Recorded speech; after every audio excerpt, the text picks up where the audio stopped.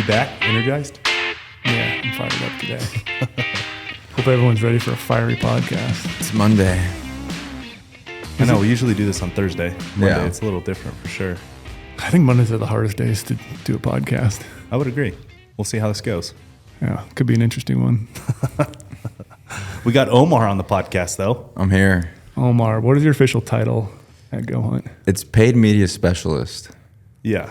So running like Facebook ads. So if you see like the ads, you know, that says sponsored by GOHUNT, I'm probably behind there somewhere trying to get you guys. Trying to get you guys. That's that guy. Don't get mad at the business. Get mad at him. Which I've really actually grown to enjoy, because sometimes I see like some of the stuff I used to do back in the day when I kind of was in that position, and then now what he's doing, I'm like, whoa, yeah, it's way different. It's way better. Like It's good. I could have never done any of that. It is really good. When did you start working for us? I can't remember the exact date. August of last year. Last year, yeah. August of 2022.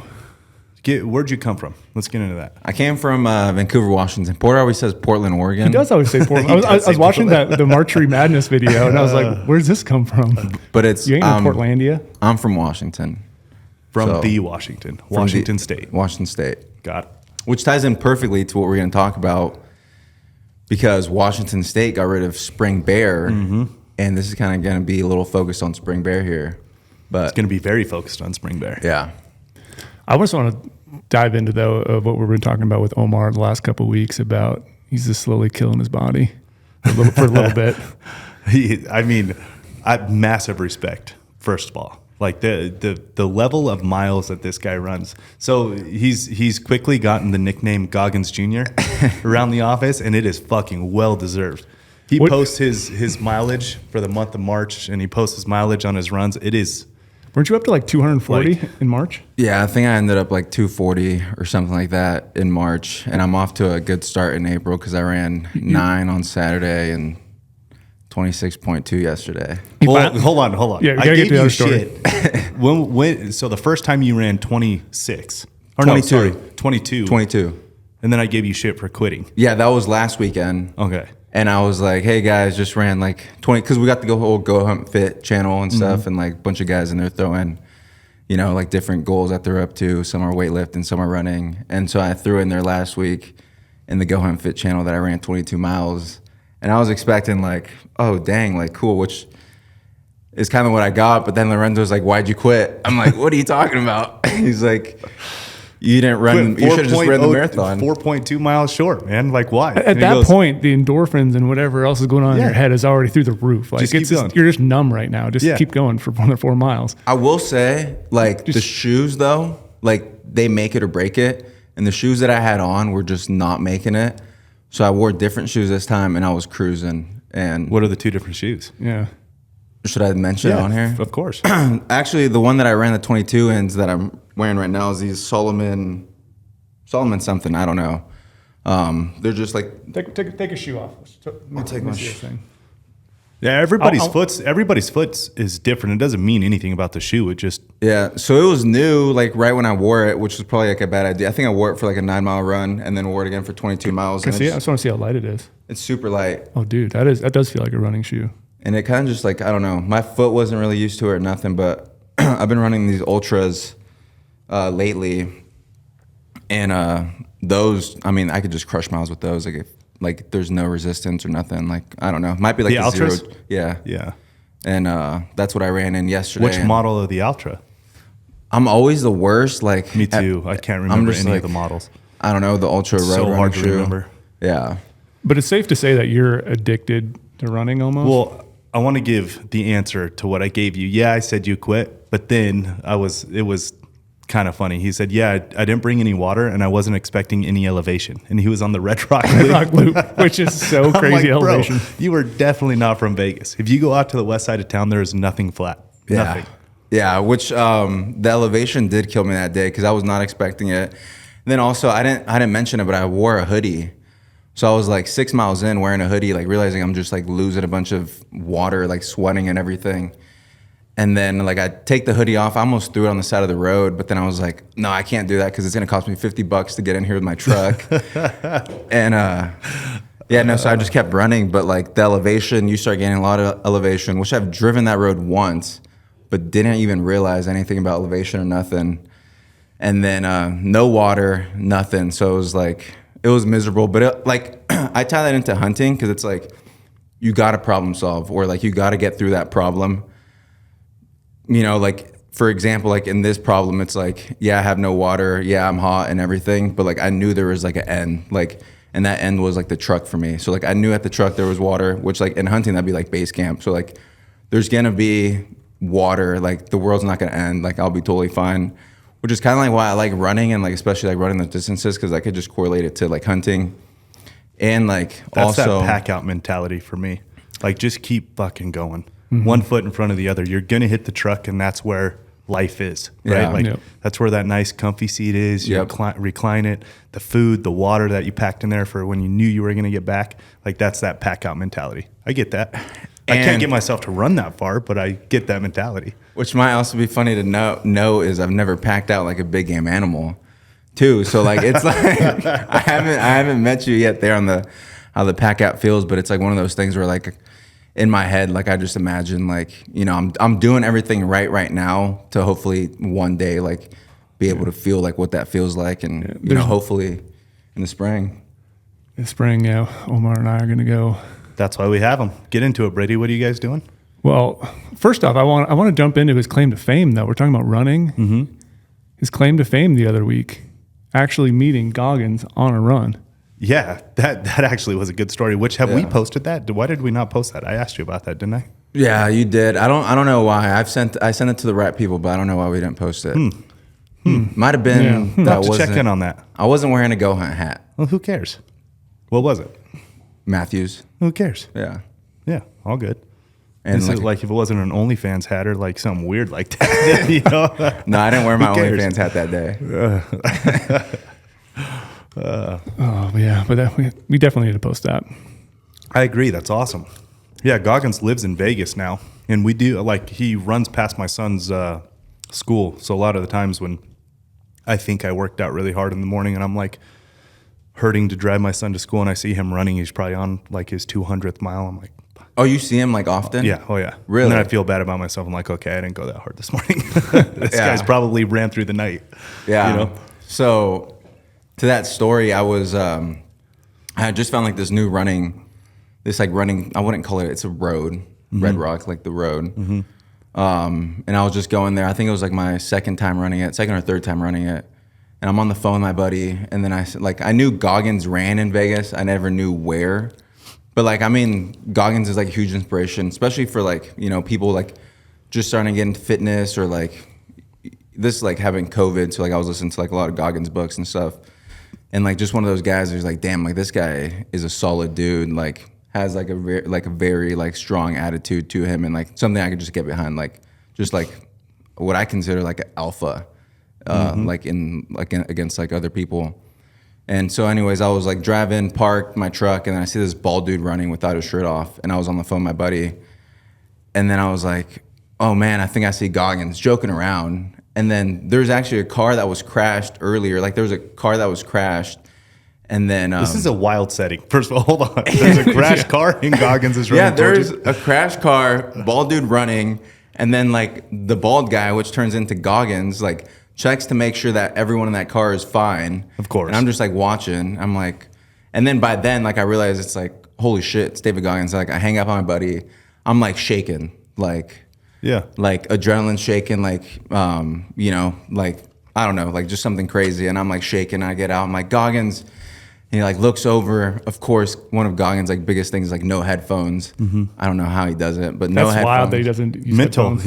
It's all about his own mind. Yeah, which is crazy. And so he listens, like he hears me, and I'm just like, "What's up, man? Like huge fan." He's like, "Pull out your phone. Let's take a video." That's and so then, awesome, bro. So awesome. We take a quick little video, and I mean, quick, like that, like what was in the video was it. So I'm just like recording. I'm like out here with David Goggins, and he's like, just getting my run in. And then he goes, Goggins out. And he just starts running away. I love it. And what's funny about that is he reposted the video to his Instagram, and then like he's just got like a giant following. So like someone made a TikTok of it. And when I last checked, it had like 700K views. Holy shit. Yeah, that video blew up on the old That's TikTok. awesome. Yeah. I'm not a TikTok user, but I'm glad you showed it to me. It's so nice. Goggins Jr. got to run into Goggins Sr. Yeah. It's so nice. And then we had the Marchery Madness, and Porter was just calling me Goggins Jr., which... Well, when we saw your March totals, that's when we started calling you. You kept telling us you were a runner, and we were like, yeah, you know, like clearly you're a runner. You can look at you and know that you're a runner. Yeah. But then you started posting your March miles, and we're all like, holy shit, dude, this guy really is a runner, man. Like, this is nuts. Yeah, I enjoy running, but I don't think I've ever came close to any of those miles. Oh, I do not enjoy Omar running. runs. I just don't do it. And that's what it gets into what Brady was talking about, the beat down of your body. Yeah. Right? Like hunting is about the longevity of joints and bones and, you know, the small joint and bone connections, knees, ankles, toes, even for that matter.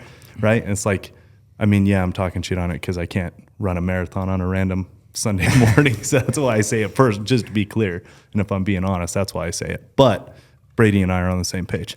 It's the same thing. Like, you know, 2018, I don't know if I can call it retired, but I retired from playing basketball. Mm-hmm. You can call it retired. You were a champion. Yeah. I have a banner hung up in this town with my name on it. You had those.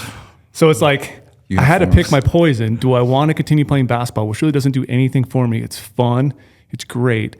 But I think about all my knees, my joints. I'm playing against literally ex-Lakers players who come to Vegas, and I'm playing with these guys who are ginormous. I am not the guy who should be guarding someone who's 6'11". Yeah, makes you look short. Yeah.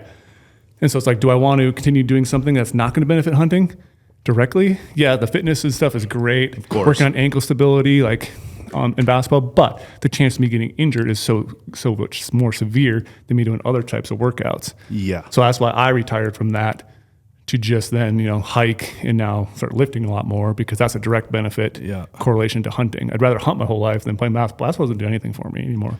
It's not like I'm going to make it to the NBA or the G League or anything like that. And when you and I were talking, like the thing with basketball is when you leave the ground, you're returning back to the ground, but everyone's standing in the same spot. Yeah. So the amount of like ankle and outer knee injuries from that is just, that's when you decided it wasn't worth it. And I was so happy for you. It's I'm like, yeah, bro, you can't do this. A lot of quick movements too, right? With basketball where it's like, or even like Brady's tall, like, and I'm sure he's dunking on people. Like, release like that rim wrong and you tear a bicep or something. He's got tape. Yeah. He's dunking on a lot of people. Oh, he does have a tape? Oh, yeah. I have a dunk tape. Dunking on a lot of people. I love it. I need to see this dunk tape. We actually should put his, don't you have your highlight tape still, right? The highlight tape, I was trying to find them when we did something recently. Oh, that one dunk contest video. Yeah. Remember you guys like basically said, oh, can you go dunk it anywhere? I'm like, yeah, I can dunk it anytime. Yeah. The guy who had all my YouTube mixtapes from the gym pulled them down for some reason, even though they were all getting a ton of views because like each one of us had a dunk mixtape on YouTube. Yeah. So I reached out to him like, hey man, you got those old videos? He's like, oh, I don't know where they're at. I'm like, dude, I just want to like, I want those videos for myself. Didn't download that from YouTube? I should have downloaded it from back in the day. This is not the Brady I know. I know. I had Cody, this is not the Brady we know. I usually what the hell's going on? on? I have receipts of everything. You screenshots, literally everything. Yeah. And so I had the link saved, and so I clicked. I was like, man, the link's still good. Maybe I can go to one of those like way back website things and try to find the video and try to download it really quick. But yeah, I don't have them anymore. I have a few of them, but I don't have the really solid ones where like dunking in the guy's face. Do you remember like when everyone, because I know you played football, so like when everyone's like doing football, they had the film, and there was always this one website that they would upload it to. Max Preps. Max Reps. Preps. Max Preps. Max Preps. Yeah. We need your Max Preps on that. Yeah, for sure. Did you find Brady? Brady Miller, Max Preps. Is it on Max Preps? I think my is embarrassing as this is. Yeah, I don't know because I played high school basketball though back in the day when there wasn't social media, so I don't think this is going to be me. That's what Max Preps did because I was playing before social too. Yeah. That's what it was. I was in the book back in the day. Like we had a printed off book in our high school, like awesome. Upcoming players to watch out for. Like you know what's crazy is we're not that old. I mean, we're definitely getting up there, but we're like. But when you think about it, though, we played competitive sports without social media. None, zero. Max Preps was our like that was the hub for everyone to go look at, like, you know, if you heard about a player in your town, that's where you'd go to look at the film of that player. There was no social media. There was barely any phones who could record any video. And now these guys are having highlight reels like daily, like hourly. During the game, they got highlights coming out. It's fucking crazy. Crazy. There is only one Brady Miller that I know of. This has got to be the same Brady. But like the whole running side, though, like you said, though, it does, even though we make fun of it a little bit, but it's like the mental side of for sure the challenge that you're going through. Like you can then convert that over to a hunt 100%. Like, look at Cam Haynes, that guy's a beast. He's still running all the time. Absolute He's still lifting. beast. He just ran a 50K over the weekend, I saw. Yeah, he got second place to one of his buddies, right? No, his brother got first place. That's his brother? It's his stepbrother, yeah. Oh, shit, Todd I didn't know Spike, that. which is a savage, too, like when it comes to trail running. But Well, anyone who's winning a 50K race on a fucking random Sunday morning is a savage. yeah. Like, absolute savage. Yeah, that's his... For anybody who's running a marathon like you, for no awards, no accolades, you just woke up and started running marathon distance for whatever reason. I did it because I told you I would do it. That's true. Well, because I said you quit. And Yeah. I have only said that because I'm talking shit because I can't do it. Let's be clear. That's why I was talking shit. But you did quit 4.2 miles short, and now you made up for it. And it wasn't my goal that day. Like, I was just like, all right, I'm going to... Because I was like my first, like, quote-unquote long run. So I was like, all right, let me see how many miles I could get, like how I feel. And then I did, like, mapped out this loop, which I didn't plan for any elevation, didn't bring any water. So I, like, completely just, like, shit the bed planning-wise. And then this next time, Don't let that happen with hunting. No, I'm not. I'm not. That's not the plan. And then this weekend, I was like, all right, I'm going to bring some water. I'm going to come up with a plan. And I was just 10 miles in. I was going past Blue Diamond, like the little town. And I needed 3 more miles to get to 13. And what I love about when I go run, I just park my truck somewhere. So, like, however much I go out, I need to come back. Yep. Unless I want to get an Uber, which is like going to be like embarrassing. That's embarrassing. Yeah. You can't do that. You can't do that. You can't be Goggins Jr. calling an Uber to go back to your truck. Nope. That's like those guys who go on those big crazy hikes and get cliffed out. And like, I'm just going to punch my inReach instead of like I'll coming just back get down. picked up. Yeah. You can't do that. Call the taxi out. Yeah. Yeah. Nope. Not here. I was so inspired. I ran 1 mile yesterday. I love That's how it. inspired I was. I saw that. And I was like, I wanted ooh. to make sure I could still run a mile. And it felt amazing, right? You said that it did not feel amazing. No. It's so foreign to me now because it's been so long. It felt very awkward, but it is, like, honestly, not just giving you respect here, but like it is motivating to be like, holy shit, man, I just want to see what I could do. You know what I mean? Mm-hmm. If you just go out on a random Sunday and run a marathon, it was pretty wild. I mean, I felt good. I just didn't feel athletic in the movement. You know what I mean? Like, my body, I felt fine, but my body I just felt like weird. Yeah. You know what I mean? But I mean, that'd be like the same if I were like to throw, however much amount of weight, like I squat and stuff, but like when we lifted, like a month or two ago now, and like just watching like the weight you're doing, it's like the same thing, right? Like, that's your expertise, and like my expertise is like the running. Yeah. So like it's like my same form thing. doesn't break down no matter how heavy I go, and your running, no matter how far you go, doesn't break down. Yeah. Same shit. Exactly. Same shit. Well, I can tell you this. So I've hunted with Brady in the backcountry quite a few times. And how many times have we gone? 2, 3 times? Yeah, 2 times, I think. Yeah. So he is the mountain athlete. That's the what do we call you? Spider monkey. The spider monkey. That's his nickname he's gotten in the backcountry. And so the amount you're running is, I think you'll be fine there. Yeah. I think. You think so? I think you so. got long legs too. That's the hardest part for me with Brady is my legs I can't cover the same amount of distance. And the thing that I was like, joking with him before, and some of the guys in the office, like, oh, can Omar hang with Brady in the backcountry? It's like, I definitely think he can 100% hang because of all the stuff he's doing right now. He has the mental toughness to do it.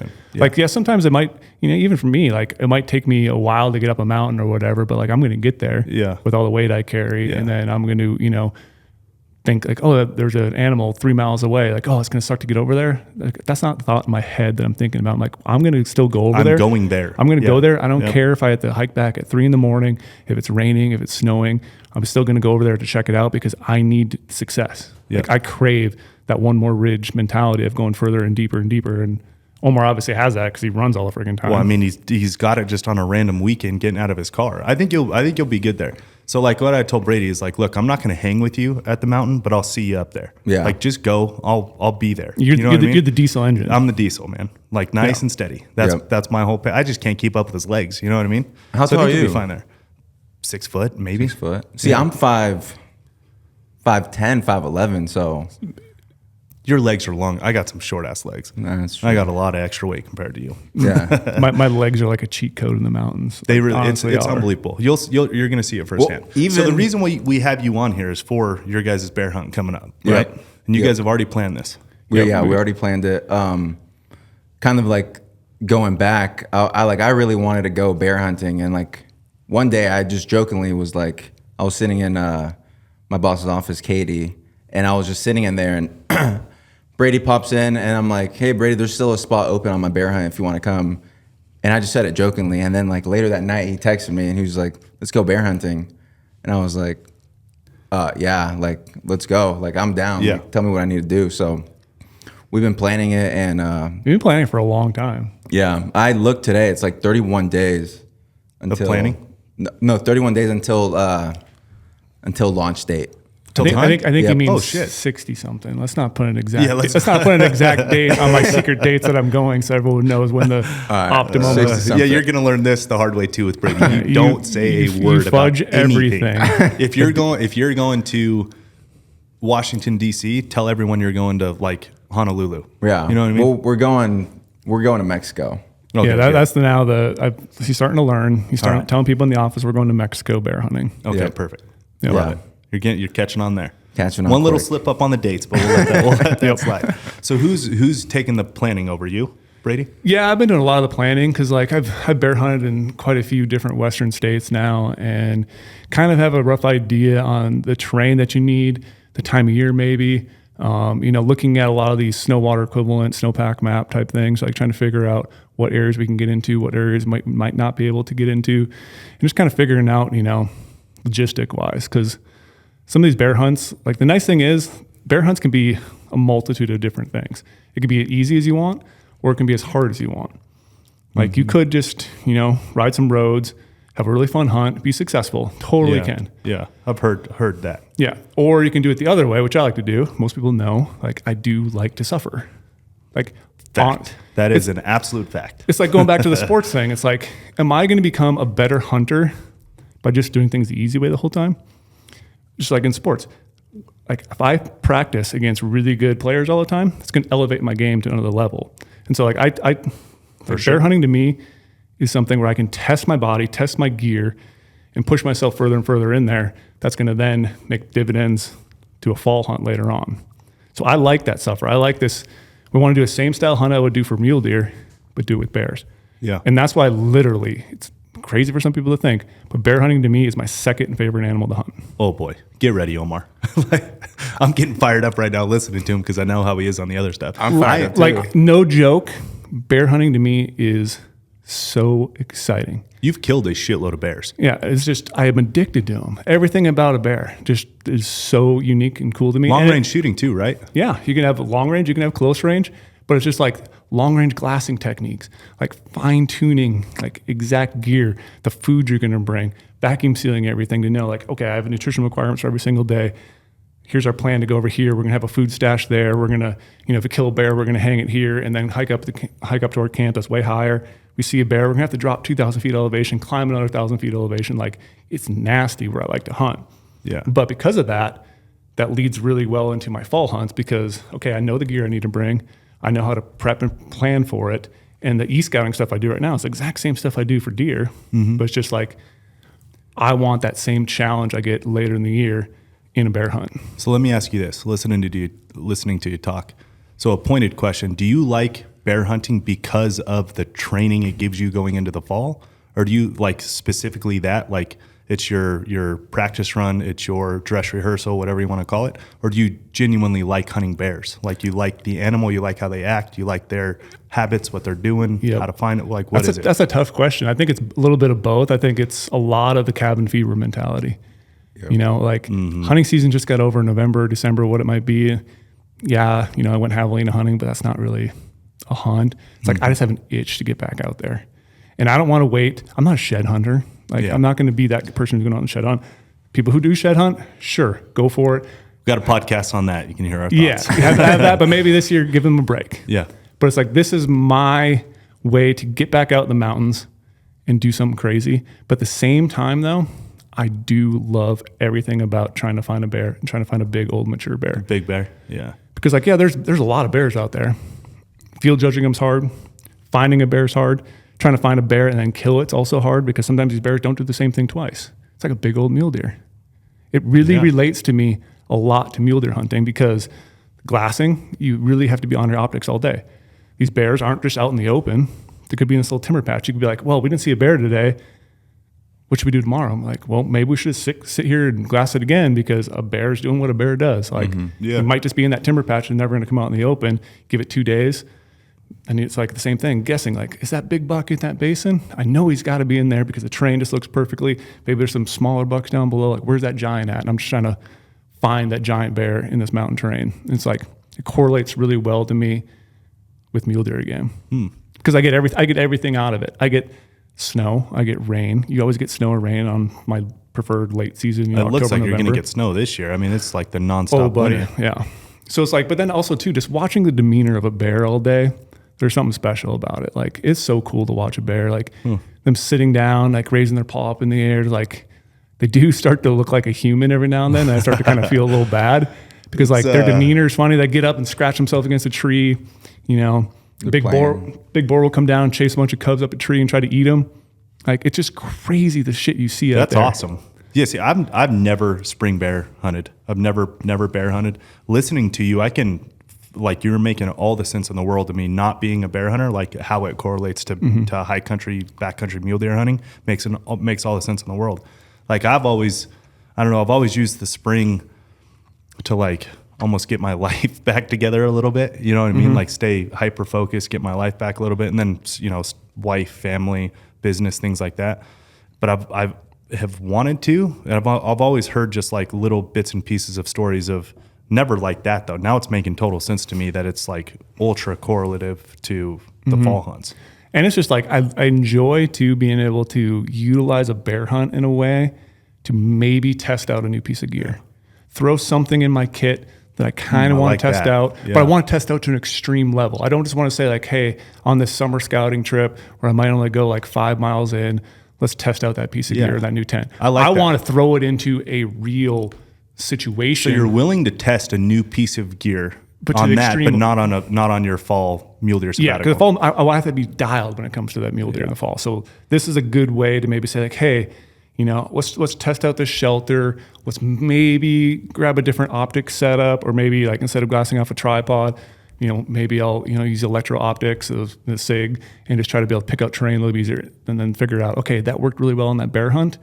Does it correlate to my deer hunt later on? That makes a ton of sense to me, for sure. That is kind of that dress rehearsal mentality, right? Like, let's give this a go, see if it works. If not, then we'll change things up for the next go around. And like we're saying, like the weather is so similar. So literally what you pack on a bear hunt, because it is that, you know, early spring, you could get snow, you could get rain, could get a warm day, could get really warm, could have a great afternoon nap if you wanted to. But it's like that weather is so similar to the fall. So everything I take really becomes my deer gear list later in the fall. Shit, that makes a ton of sense, man. Like, a lot. You Omar, you haven't bear hunted, right? No, I haven't bear hunted. In Washington, they closed down spring bear, and I always wanted to get out and do it, but like logistically, it was just like seemed like kind of one of those things where it was just kind of more of a hassle to do. But I mean, I was excited. Like right now, hunting, since I'm such a new hunter, I look at all these hunting opportunities as like these are like reps under the belt. So like I need, you know, these different, like some of these hunts, you know, like turkey or like shed hunting, like those are obviously like, I'm not going to get a lot of reps in there for like big game hunting.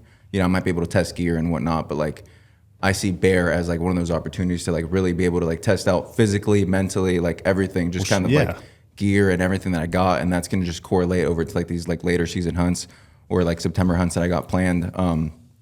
And then again, like I think right now for me, like being so new to everything is like really understanding, like being out there, like what it's like. I went on a javelina hunt earlier, and like Brady said too, I was able to like harvest one, but like it doesn't really like fill the knowledge that I need to know for like some of these like hunts that I'm planning to go on later in September, October even. So like for me, it's just like I want to hop on every single hunt that I can, and I'm going to make it work out, you know, with work, with everything. If I can make it work out, then I'm going. I'm packing my truck and I'm leaving. That's what me, Brady, and Trail talk about a lot, is the only way to get good at hunting is to kill stuff, right? Like reps under the belt, get as many tags as you can. And hunting is different than what it was when we started this thing, right? Like kind of the spring bear hunting, you know, turkey hunting, I guess it doesn't correlate a ton, but it does get you out there, test a little bit of stuff. Javelina hunting, glassing, that kind of stuff. Like that, it kind of has morphed more into like, that's the reps under the belt, so to speak. But it sounds like that's the training. It sounds like bear's kind of the the last true standing like reps under the belt. And the one thing that's kind of different about bear, you hear some people talk about a lot, like, oh yeah, it's great. Maybe I'll go bear hunting in a unit I might hunt deer or elk in. And it sounds like it's a sound piece of advice when you think about it. Like, oh yeah, I'm going to go bear hunting in that same place I might go elk hunting later in the year. But when it comes to reality though, what I found, a lot of these places you're finding bears in the spring is not the same place you're going to be deer hunting or elk hunting in the fall. Like even if you're in the same unit? Even in the same unit. Like sometimes these bears are just going to be lower. They're going to be at the snow line and a little bit below it. So yes, if you are someone who maybe lives out east or the Midwest, and maybe you did draw, a Montana and Idaho, a Wyoming tag or whatever, and maybe you could use this as a way to scout out road systems, figure out access points and that sort of thing. So you can get that baseline stuff, but I don't think it directly correlates with I'm hunting bears in this area. Is there also deer or elk in that area that I will be able to take in the fall? They're probably going to be in a different spot for the most part. So let me ask you this question then. So my mind this year, because I've got some points in quite a few states for some high country mule deer hunts this year. I'm not concerned with the snow levels by any means, but like I'm interested in what's going to happen with the snow levels. Yep. Do you think you'd be able to figure out, like on this spring bear hunt, do you think you'd be able to draw a conclusion on snow levels on this hunt comparative to what they would be in the fall? Yeah, I think it's too far spaced out. They might be a little far spaced out, but the only thing I'll be able to do is I can look back at everyone knows I take photos and drop waypoints of everything. Like ultra detailed. Yeah, I have a very big library of data, and as the years go on, my data set is growing. And so what I'm able to do on some of these hunts is my data, like I said, is growing. So I have photos I've taken last year. Yeah. I'm hunting in a different spot this year for bear. New spot, never been? New spot, never been. That's fun. But it's like I'll be able to slightly reference some of the photos when I'm there. Like, all right, last year we hunted this spot. The snow level was up there. I had a photo reference of it. I have a waypoint marked of where the snow line was. I can correlate that this year a little bit and be like, all right, well, the snow level is crazy far lower. Yes, it's a different area, but I can maybe extrapolate that with something else. Be like, all right, the snow level is a lot further. There could be some potential snowpack in this area later in the summer. Could be some more greener grass. Maybe some animals will congregate here a little bit. I might be able to figure out a pattern. Draw a slight conclusion. Yeah, or draw some little conclusions to it. But I think it might be a little hard still because it is early. I'm real interested. My favorite, favorite way to hunt in high country, backcountry is in the more rocky stuff, like more towards the top. Yeah. I know there's big deer like down kind of in that break of tree line to the tundra grass, but man, you get them in the rocks, it's pretty well game on, Yep. It's going to be interesting this year to see, like, man, there is a lot of snow, and it's like the nonstop winter. So I don't know if that stuff's going to be open. I mean, it'll probably be open this year, but like, are the animals actually going to make it back? That's what I wanted to ask you. That's a big thing right now too. Like, are they going to make it back from their winter range to the summer range? All the way to the top, or is the snow going to take too long to melt off, and they just kind of stage up right where those trees break into the maybe that green wave is going to be a little bit lower than it normally is, and so you can be staging down lower. Maybe the bulls aren't going to go as high, and there's going to be a little spot they might have to change to. So like, maybe you can kind of do this. Maybe if you did some bear hunts more towards that like late May, or some of the states that have some June hunts, maybe you can start to figure out things there a little bit more. I can see June being really good then. Yeah, but it's like, that's just the thing though. Like, you're out there, you're collecting data. I'm out there, I might as well take a bunch of photos of scenery, even though I'll never share a single scenery photo, but I just use that for my library, or might just add it to a waypoint. Like, so this is what this looks like during this time of year. And then too, like, while I'm out there on this bear hunt, I'm collecting, like I said, data for future bear hunts. Yeah. And so you're just grabbing that big library of assets that you're building. Like, could you get across said stream this year compared to next year? Like, I don't know now because of the snow level right now, but these places could be raging and be hard to get into some stuff, or all especially if it warms up quick, which is what it's doing in Vegas this year. Yep. It's like next week is mid 80s, and it looks like it doesn't stop. It's kind of weird how it just all of a sudden broke. It's 51 degrees today, and then just bang, it's going to change. Which I think that's going to happen. My theory is that that's going to happen all around the West. So? It's like kind of like this like never ending winter, but like it's just going to hit a certain date and then boom, it's like gone. Yeah. So like those rivers are going to start flooding and it'll everything. make it interesting. It's going to make it really interesting. Yeah. So is Brady taking you under his wing? Is he showing you some stuff? Yeah, Brady's going to be taking me under his wing. I'm excited to learn. That's the biggest thing for me is just like learn. Yeah. I'm young and I'm like new into all this stuff. So like, I'm just, I'm excited to learn and like, just like listen to like what he has to say. I'm never going to be like the mentality like, no, like we should do this because Brady is the ultimate like backcountry hunter, you know. So like my whole spider monkey, man. He's a spider monkey. Like my whole thing back there is just gonna be like listening to Brady, and then like after Brady said like that's where I'm gonna start developing like my data too, to start learning and like start fine tweaking my different things. And like now I've been in these experiences and like spent, you know, X amount of days back there, and like I could kind of like look back when I'm planning for some of these like later hunts, like what happened? Did that piece of gear work, or did it completely like shit the bed? And so I'm excited. Everyone always wonders like the recipe for being more successful, right? They say 10% of the hunters kill 90% of the animals. Yep. It's like, dude, the recipe is really simple. It's all about that data collection. Yeah. That's what it is. It's reps under the belt, data collection. Like that's what it takes to be successful. Yeah. It's really simple, but it's hard to do. You know what I mean? Mm-hmm. It's really hard to do. And it's like, I think, you know, it's like a big like mental thing too, because like how Brady mentioned, like looking at like at one spot for a day and maybe you didn't see like a bear there, but like he could have been in that timber. So it's like mentally you got to be like ready to like, no, we got to give this like some more time. Like everything that a bear needs is going to be in this area. So like, you know, like that kind of like starts like building out like this like rep, like data collection in your mind. Cause I feel like a lot of people think like hunting is just like glamorous. Like there's going to be bucks or elk everywhere, but it's like, it's really not. Not the case. And I can tell you that, like specifically, that is exactly how you hunt a big mule deer or a late season big bull. Like that's what it is. We didn't see shit today. What are we going to do tomorrow? The exact same thing. We're going to keep doing it. Yeah. Like that's what it is. Because like if you find a spot that looks like it has all the nutritional needs of an animal, like you can't just cross it off right away if you hadn't seen anything yet. Because especially like the bear hunting side, like sure, you could have a hillside that's green as all can be, and you look up higher, it's all brown. Like, well, where are the bears going to be at right now? They're going to be in these green patches. So you got to figure out where that green elevation is by going out there. That's why the first day in this new spot, like we're literally going to be looking for where the greenest vegetation is and kind of honing in on those areas and then taking note of that and then looking at maps in the evening, like, all right, that terrain was like that. Where's some other backup spots we can go to potentially if we don't see bears here? How can we use the data we're collecting real time for the next day? Yeah. That's what was kind of fun too. Like Omar saying, we're like, I'm trying to, you know, not just saying I know everything, but just like going through some of like even the mapping side of things for bears. It's like there's a lot of tools we've been using right now that are going to correlate for him on a deer or elk hunt later on. Like looking at all these snowpack maps, like there's ways I utilize that now, just like I would on a late season mule deer hunt. Looking at all the weather patterns right now, correlating that with the late season mule deer hunt. Yeah. Looking at even like, you know, webcam footage. That's another really big thing. Highway webcams. Highway webcams. I use that a lot. Ski resort webcams. We start getting in October, November. I'm on those highway webcams like crazy. Yeah, you can learn a lot from those just by knowing what is melting in that area. Is it a big snowstorm coming in? Is that a north-facing slope or is that a south-facing slope? Well, if you look at those cameras a little bit, you can start to tell which direction they're facing. And then be like, all right, well, that's facing south. That's a good camera. We can constantly reference to how everything's melting here. Maybe it's melting that same spot in my spring bear area and start to, you know, collect some data pieces there and just start figuring out. To waste the least amount of time possible when you're actually there. That's the end all be all. Like that is the go-to recipe. Which like what Brady just mentioned, it's like, that's something I would have never really thought about, you know, 2 months ago, like that highway cam, like, and he showed me that and I was like, dang, like now this is something that I could take to all my other hunts, like going forward.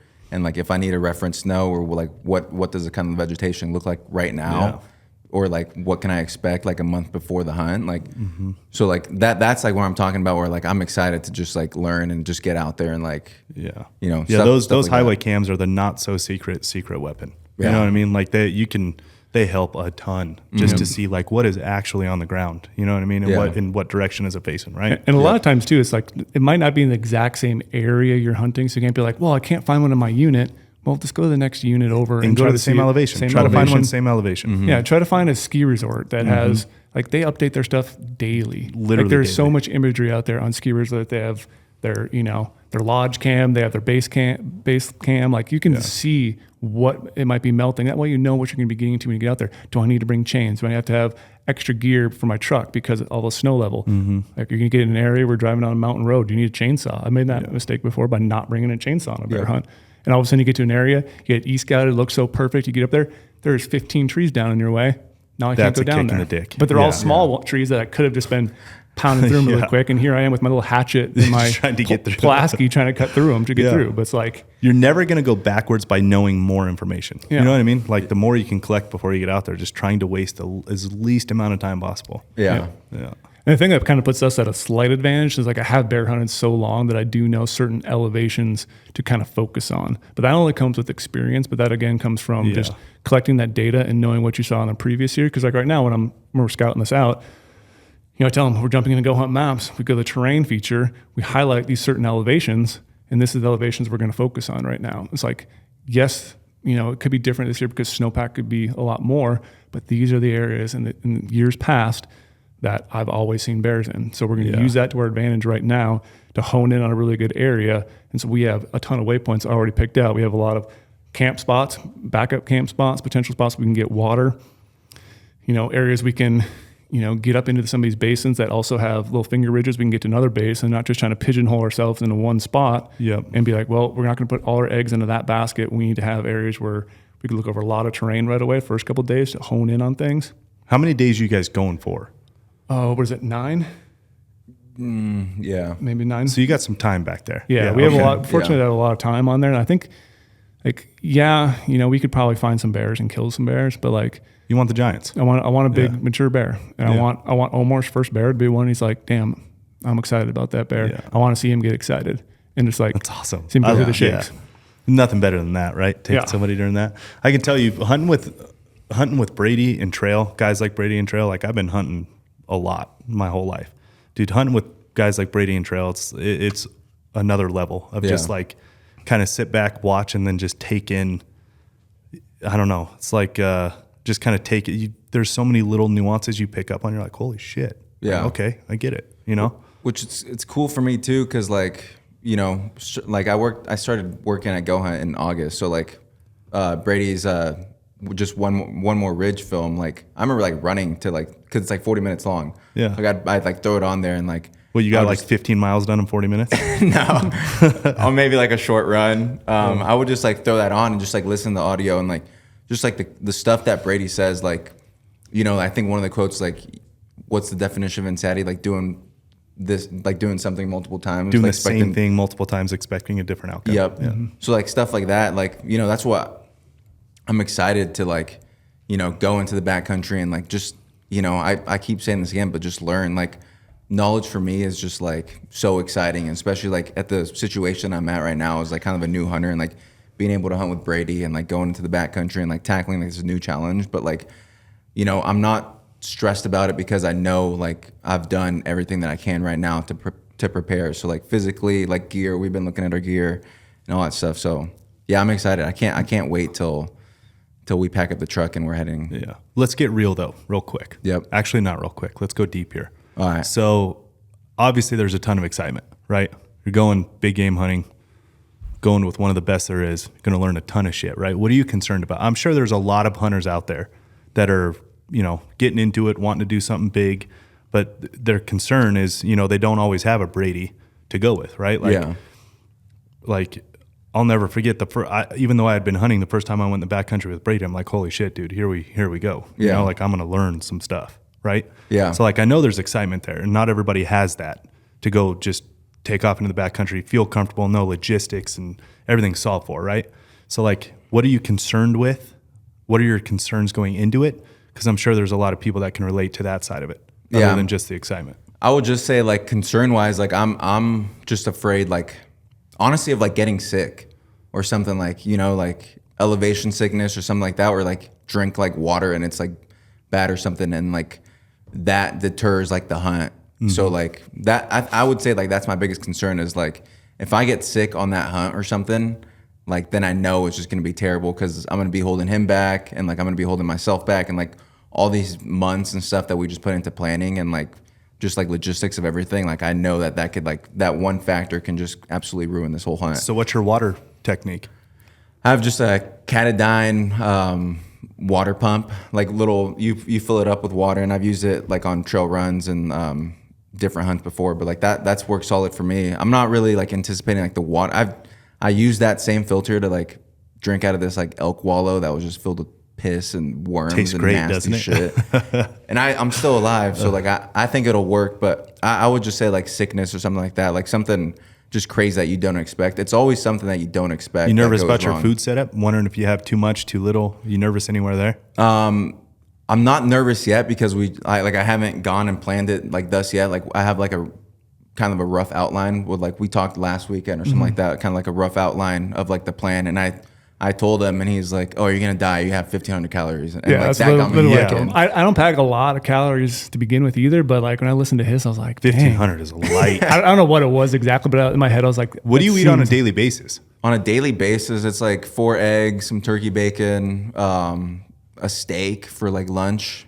Depends, like maybe some chicken or like I'll get bored. Steak for lunch, chicken, some like sort of carbs, fruit, and then kind of repeat that for dinner. So how many calories do you think you eat on a like a normal day, Monday, today? How much are you gonna eat? Oof. I honestly like think like maybe like 2,000 calories. You gonna run today? Yeah, How far? 9 miles. Around 2,000 calories? And I lift. And one thing I didn't highlight is for everyone thinking that I'm just like some running like You're Goggins Jr., man. little pony. I lift too. What'd you do, 2,000 pull-ups today too? No, I did some chest and tries. Oh, nice. No 2,000 pull-ups. For the maybe beach, one huh? day. Getting ready for the beach Yep, this summer? yep. Nice. The pools are open in Vegas, so So you eat 2,000 calories on a normal day in Vegas, you know, doing some heavy, Doing stuff, though. That's some what's heavy good, though. work, but Yeah. you know, sitting a lot of the day too, right? Yeah, yes. Like we do have a real job. We Yep. are in the hunting industry, but as shitty as it is, we do have a real job. yeah.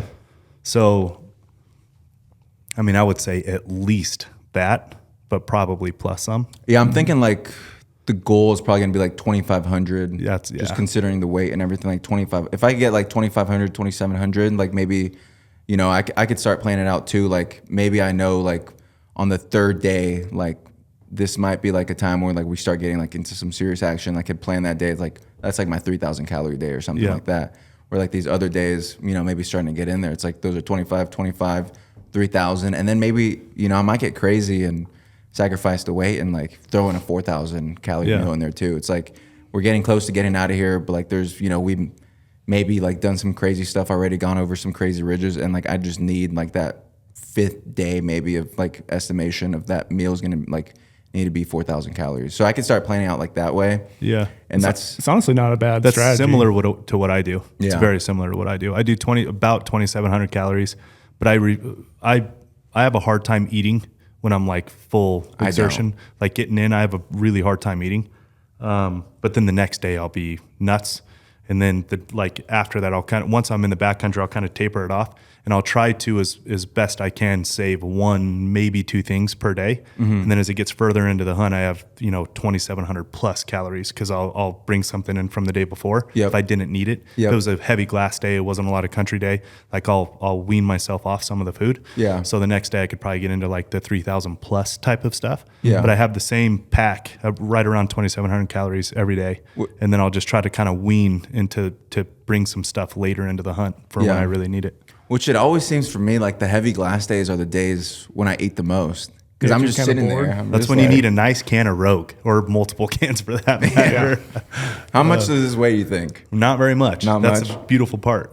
Might have I to know what take you some- mean. That's the boredom, right? Like Yeah. that's that boredom. It's kind of like the boredom, like, you know, maybe like you're working and it's like, you know, you're Snacking. kind of just doing Yeah. the same thing, like, oh, I'm going to go snack. Yeah. It's like kind of like that same thing.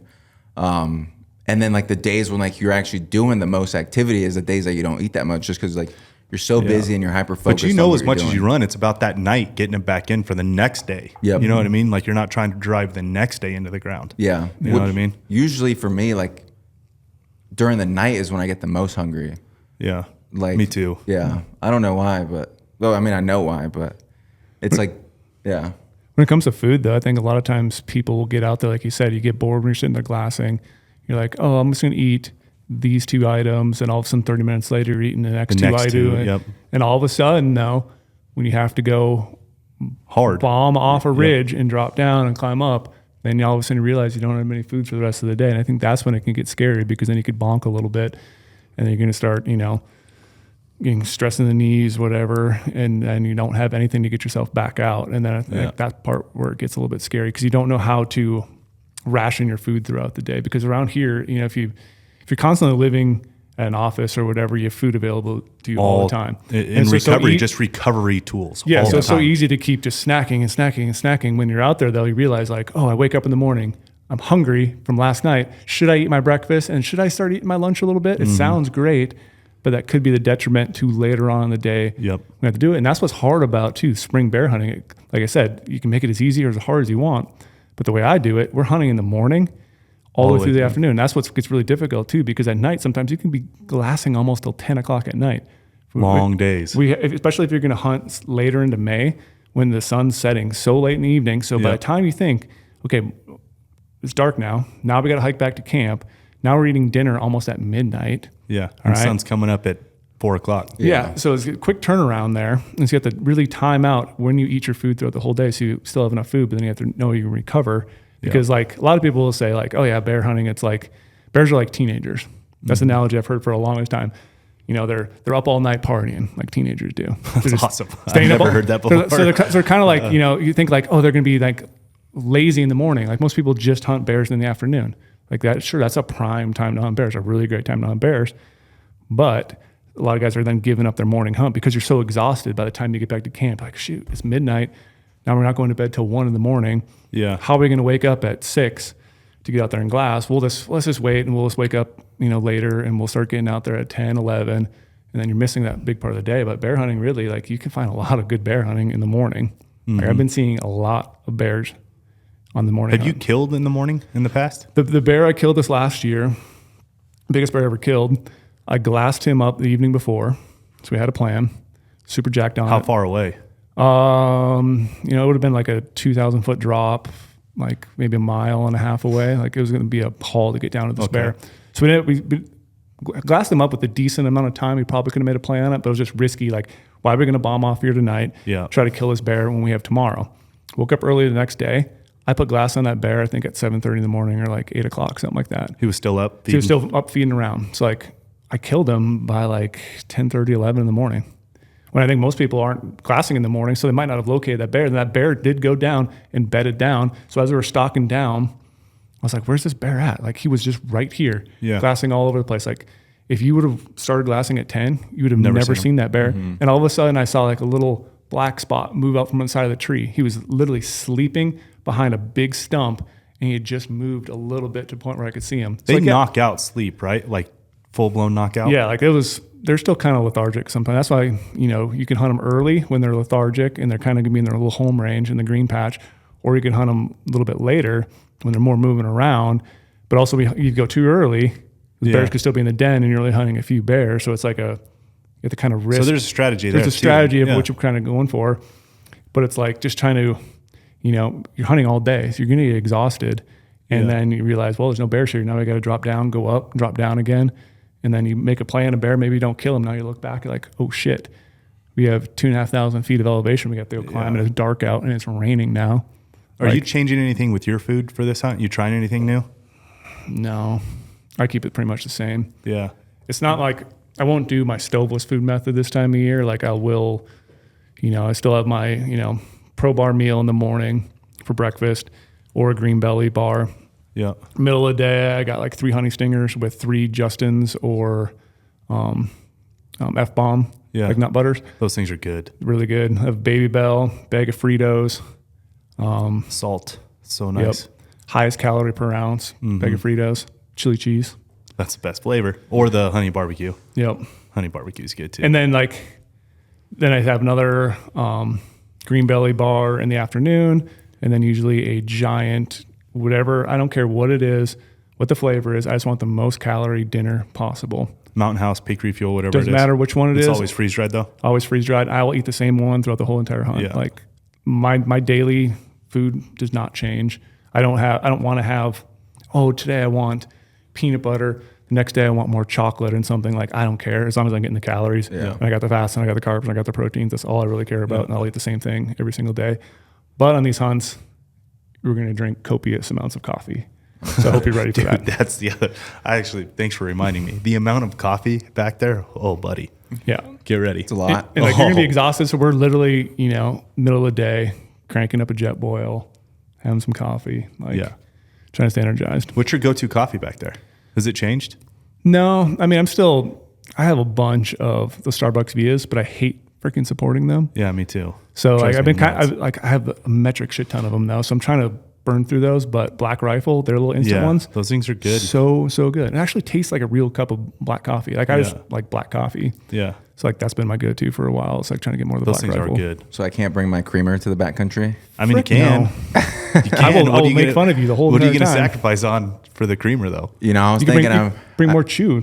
Yeah, that too. I could probably like get rid of like maybe a meal or something if I bring some creamer. No, I'm joking. I like black coffee too. Like, I mean, in the backcountry, like just as much like of that shit that you could get into you. Like, Yeah. I mean, it's gonna make you stay up, blast more, and like all that stuff. And yeah, I'm excited. Yeah. But the thing that you were asking him earlier, the question was anything he's nervous about. Yeah. There's something I'm really nervous about. What's that? I didn't expect that. What is it? Like very nervous about it. What is it? So you remember my goal at the beginning of the year Yes.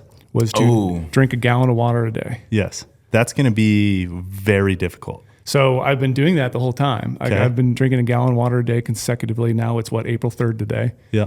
Is it April 3rd? Yeah, it's it April is 3rd. April 3rd. So it's like, I'm now concerned that my thought process before is I constantly live at a state of dehydration, that my body's just used to being dehydrated. So when I go hunting, I just don't need as much water. Yeah. I'm concerned now that I'm going to need a lot more water than normal. I don't think it All works. right, and like that water is weight. That's weight in my backpack. You already remember what I carry for optics. Like, Oh, yeah. Well, luckily, optic side, we should get into this. So Oh, yeah. when I was talking to Omar about this bear hunt, Yeah. he threw in the idea like, I'll carry your BTX for you. That was the ticket to. I was like, book done Brady. deal. I was like, hey, That's man, a good hunting partner, though. I'll carry your optics for Yeah. you. And he was like, his like ears raised. He was like, oh, okay, like. So So now you get to bring in everything. now I got to bring in a lot more, BTX. food, a lot more water. He's going to Yeah. suffer. That's why you should find a hunting partner who's at least 10 years younger than you, like Omar is. 'Cause, like, And hungry. and I have the excuse the whole time of I'm just the old guy. Like I Yeah. can't carry that anymore. We are getting to that age now. Yeah, It's I can great. start to It's use awesome. that excuse. Yeah. And he's just a young guy. He should be able to carry more of my stuff. Yeah. You run all the time, bro. Yeah, you You'll be got fine. this. No, You'll be I good. hope. Yeah. So yeah, I'm just slightly concerned. Like, what are my water needs? Are Gonna you be? still going to try to drink the gallon of water back there? Oh no. That'd be tough. Like sometimes I'm barely a liter and a half a day when I'm in the mountains hunting. Like, Yeah. I honestly, Omar said it when you were talking. I don't think it works that way. I actually think you're going to be better off now because Better your off now? body's actually going to be like repaired from the water you're giving it. Yeah. So then when you do run into not even dehydration, but when you do run into like weaning yourself to less water, you'll probably do better. I don't know, would hope. man. I In would my, think so. my head, I'm like a camel. I mean, I just don't need it. And I can still perform because I'm so used to performing without it. And now, like even sitting here right now, like I realize I don't have any water in front of me. Like my throat's really dry right now. are you going to start like giving yourself less water going into the hunt? No, because that wasn't part of my goal for this year. True. of getting Very jacked. true. That's what I do with food is I start to fast a little bit when I'm getting closer to a hunt. Yeah. Try not to eat till like 11, 12 in the morning. And I am a breakfast person for sure. The best meal. Yeah, like for sure. But I always try to like, as I get closer to the hunt, I always try to, I mean, I shouldn't even call it fast. I mean, some people are doing like some crazy shit with fasting. I just try to push it off a little bit so I can, just get used to like super fasted workouts, recovering after that. I mean, granted, I'm sitting in an office. It's a little different. Mm-hmm.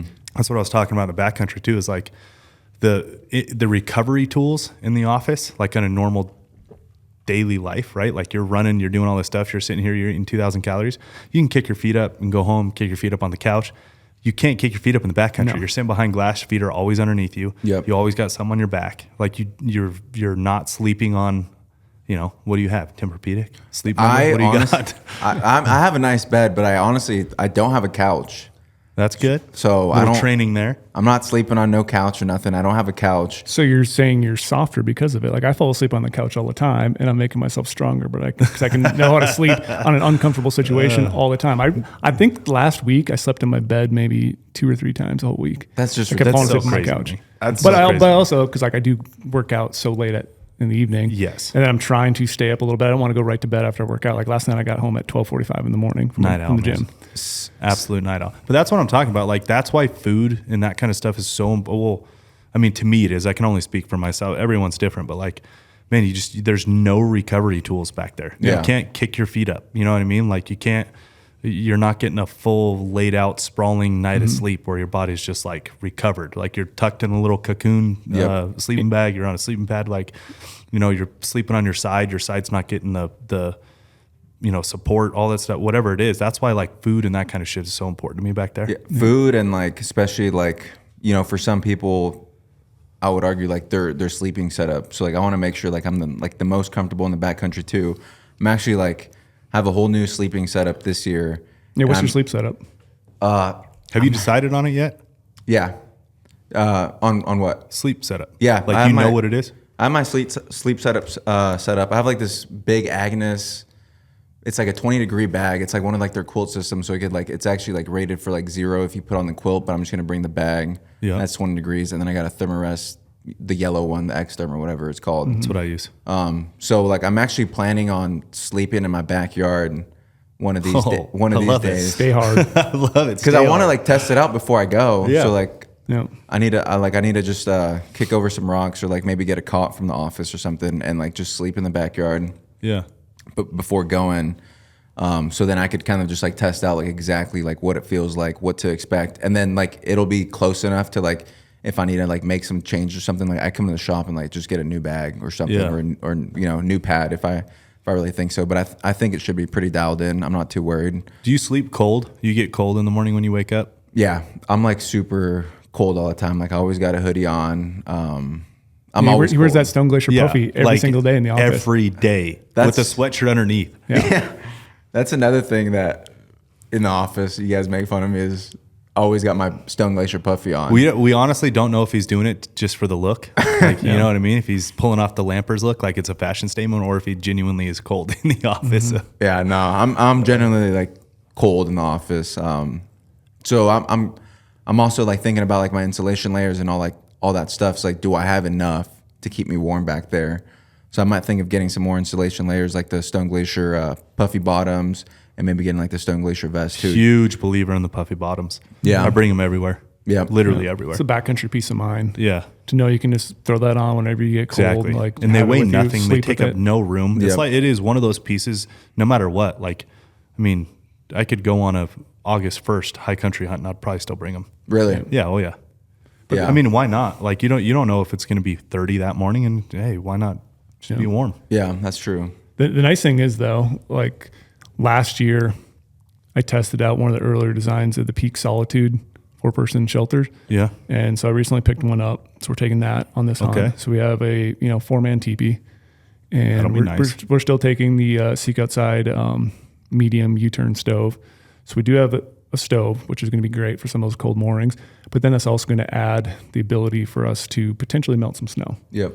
Like if we do get an area where we're at the snow line hunting bears, like obviously I like to be a little bit below the snow line so I can glass up to it. But if we do end up getting an area, north-facing slope maybe, there's a bunch of snow, maybe we can figure out where to camp. And that way I can get the required water. Yeah, and you're not tied to water holes. Yeah. That is a lot of people, like a lot of people think stoves are just for staying warm. There's a lot of tools for a stove, which is exactly that. I mean, you're not going to be tied to a water hole. It's awesome. And then even if there's not anything and we're camping up on a ridge, like I prefer to camp on a ridge and always glassing down on these bears. Mm-hmm. And then that's where the water is. So every time you make a stock on a bear, you're going to have to resupply water and come up. But being up on top and, the snow we were having, like we could get a big dump of snow while we're out there. And that's going to be a game changer because that morning we wake up, we'll glass for a little bit. But we're also on free water. We're on free water mode. So we have to do our chores. Yep. So chores are going to be grabbing that water, trying to get in a drone light bag, or grabbing that water, putting in one of our the rain fly of our backpack to hold it all day and put it in the shade. So when we come back later at night, we can transfer that into a drone light bag, maybe stick that next to the stove, or maybe start taking some of the water into a jet boil, set it on the stove while we're burning it, the wood burning stove, and get the water that way. So that's why, again, that logistics side is kind of going to come into play. So this is the kind of shit you can't pay for, Omar. Like you're gonna pick up so much little shit like that. I mean, I just picked up something right there. It's like the pack fly, like putting snow into that. I would have never thought about that. It's a game changer. Game changer. Like it's like those little nuances. Get it in the shade. It'll be back. It'll be there when you get back. Exactly. And what's another good tip too is I've done before when I'm hunting deer in some of these October hunts. I know snowstorms coming in or rain. You can kind of pitch some of those and put them on little tree branches and just set it up all night. So to it's catch. raining, Yeah. It's going to start catching it all. Yeah.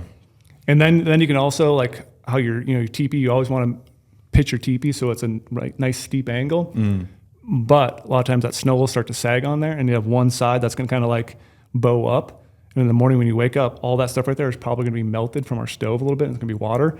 And so you can just take a drone light or an algae and stick it next to it and kind of lift up that shelter.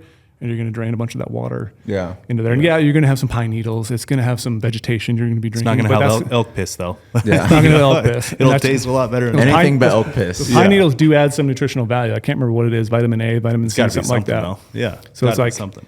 You have that part of it. Yeah, the water strategy that's a big deal, man.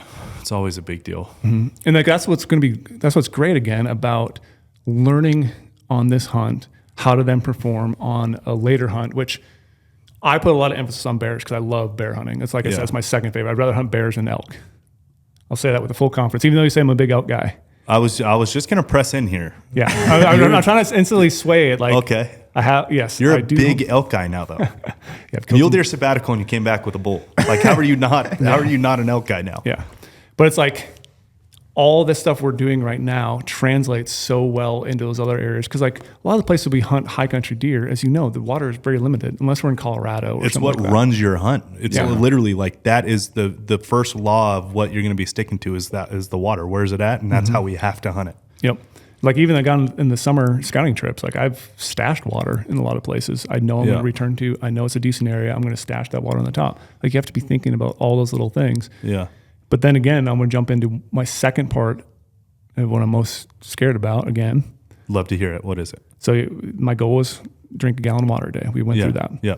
My second goal was to eat more food and get jacked. So get super jacked. Because like when I first moved down here from Montana, I was 212 pounds. Yeah. Freaking jacked machine. Strong as an ox. And then, moved down here. I just hike all the time, backcountry hippie type of thing. Just play basketball a lot. Grew your hair out. Grew my hair out, lose all my weight. Yep. Because all I do is hike, run, and play basketball. Yeah. So my other goal was to be 190 by April 1st. You broke it. I broke it like 2 weeks ago. Friday, when we were doing the Shelter Palooza filming, I weighed 196. Today I woke up and I was 193.2. So I don't know what I did. But you broke it by, breaking it by a couple pounds. Yeah. Like you broke it. You definitely hit the goal. And then now I'm worried about, okay, so let's say our hunt's 60 days from now. Yeah. Because Omar wrecked that earlier. But right? So we'll just bleep it out. That's going to be another 2 months of me gaining more weight. Yeah. So now my body's also being used to eating more food on a daily basis. Yeah, and my for goal sure. this whole entire year was to not lose weight on hunts. I don't have the weight to lose. I don't want to lose any of this muscle I've been gaining. So why aren't you changing your food for this? That's why I do have to preface that I'm kind of worried about that. And I do have to increase my calorie load on this hunt, which is going to add weight. But Omar's carrying the BTX. So it's official now. So it's official. This is officially official. So I'm going to have to add a bunch more calories in there somehow and throw some more bars or throw some more nut butters. How much weight do you typically lose on a hunt? I know you track that quite a bit. Yeah. This last year in middle of November, after I got back from the mule deer sabbatical, I weighed 174. Which is crazy. I'm 5'11", like 177 right now. And for him to be what? 6'5", almost 6'6" at 174. That's insane. That's insane. Like literally insane. On my app, I track it. You can see my weight will go up to like 180, 182, and all of a sudden I go on a hunt and it just like skyrockets. Right back down. What's the lightest you ever were? That was it. Like I went to 172 the year before that. Holy shit. That's insane. But it's like I've always said though, like I can still perform at that level, but I do remember those years when I was jacked and I had more calories, like nothing could stop me. Yeah. Like, so I am excited for this year to make that goal where I do not lose weight on these hunts anymore. But it's like, I still feel like though, if I carry more food, my mentality is to go harder and go further, go one more ridge all the time. So no matter what, you're going to be in that mindset. I'm going to be in the minus on calories no matter what. There's no way I can carry all the calories I need to maintain a weight on a backcountry environment. Yep.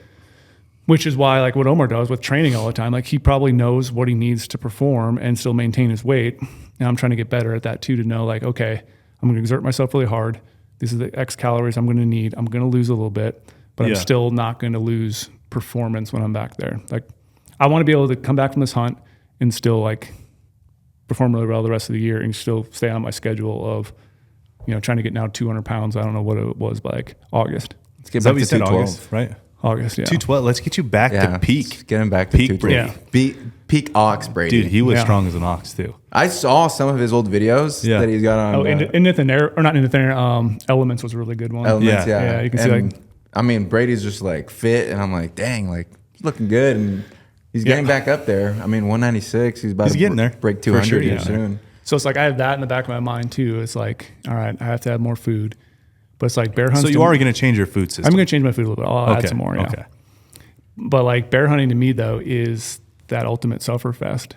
Like sometimes That's what it sounds like. Yeah. because like the bear hunt that I do is not easy by any means, and that's why like we've been prepping this hunt for so long, trying to figure out exactly what we're taking, who's going to take what, how we're going to split things up, gear wise, like because it is such a crazy hunt. Like you could literally go days without seeing a bear, and then you're like, well, we have to move spots. Move spots going to be 8 miles.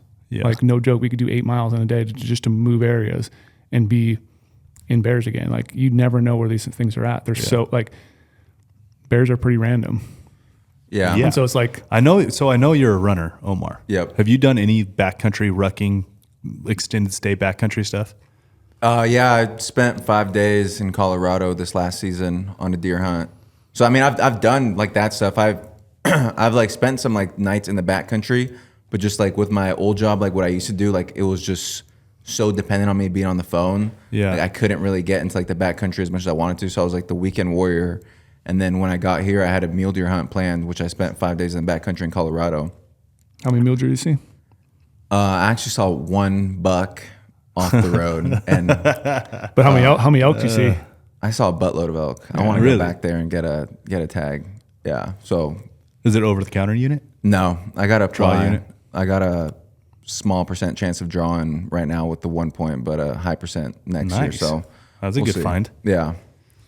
Which shameless plug, insider. So Colorado, by the time this comes out, Colorado's going to be over. But I mean, there's still a bunch of states available to apply and figure out your strategy this year. So Yeah. that's exciting too. Getting all that planned out, but not too many like extended stays like in the backcountry. But I mean, like I could tie this back into running too. It's like, like my longest run was like 44 miles, which like, again, I just did it on a whim. I quit my job and I was like, I'm going to go run Mount Hood. And that's a 44-mile trail. And like, just like knowing that I could do that type of stuff, like in my mind, like I feel like I'm like physically and mentally ready to like go. There's no question. Yeah. Yeah. Like I have no concerns there. Mm-hmm. Zero concerns there. Yeah. Which actually like, that's like one question I had for Brady is like, are you concerned with like any of like my performance in the backcountry or like, because I feel like with a hunting partner, like, Bro, you don't want someone to hold you back. I mean, granted, like I said, I didn't keep up, but like I'd be there. You know what I mean? Like, bro, just take off. I'll meet you up there. Yeah. You can go take your, just get up there. I'll meet you there. Yeah. You have no concerns there. I'm telling you. The only concern I've ever had with people in general I hunt with is their mental state. Yeah. Like you can be physically fit, Yep. you can be jacked, but do you have the mental state to keep going day after day when shit hits the fan? Yep. And then be motivated the next day like it's opening day again. Yep. That's the type of hunter I like to hunt with, or even like camera guys.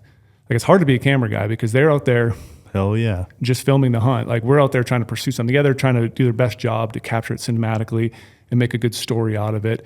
But I've also burned out a lot of camera guys. Like there's camera guys that won't hunt with me Also anymore. a fact. Yeah. And so it's like that's why I really enjoy, seeing all the times when he posts, I just did a 26.2 miler. Like Yeah.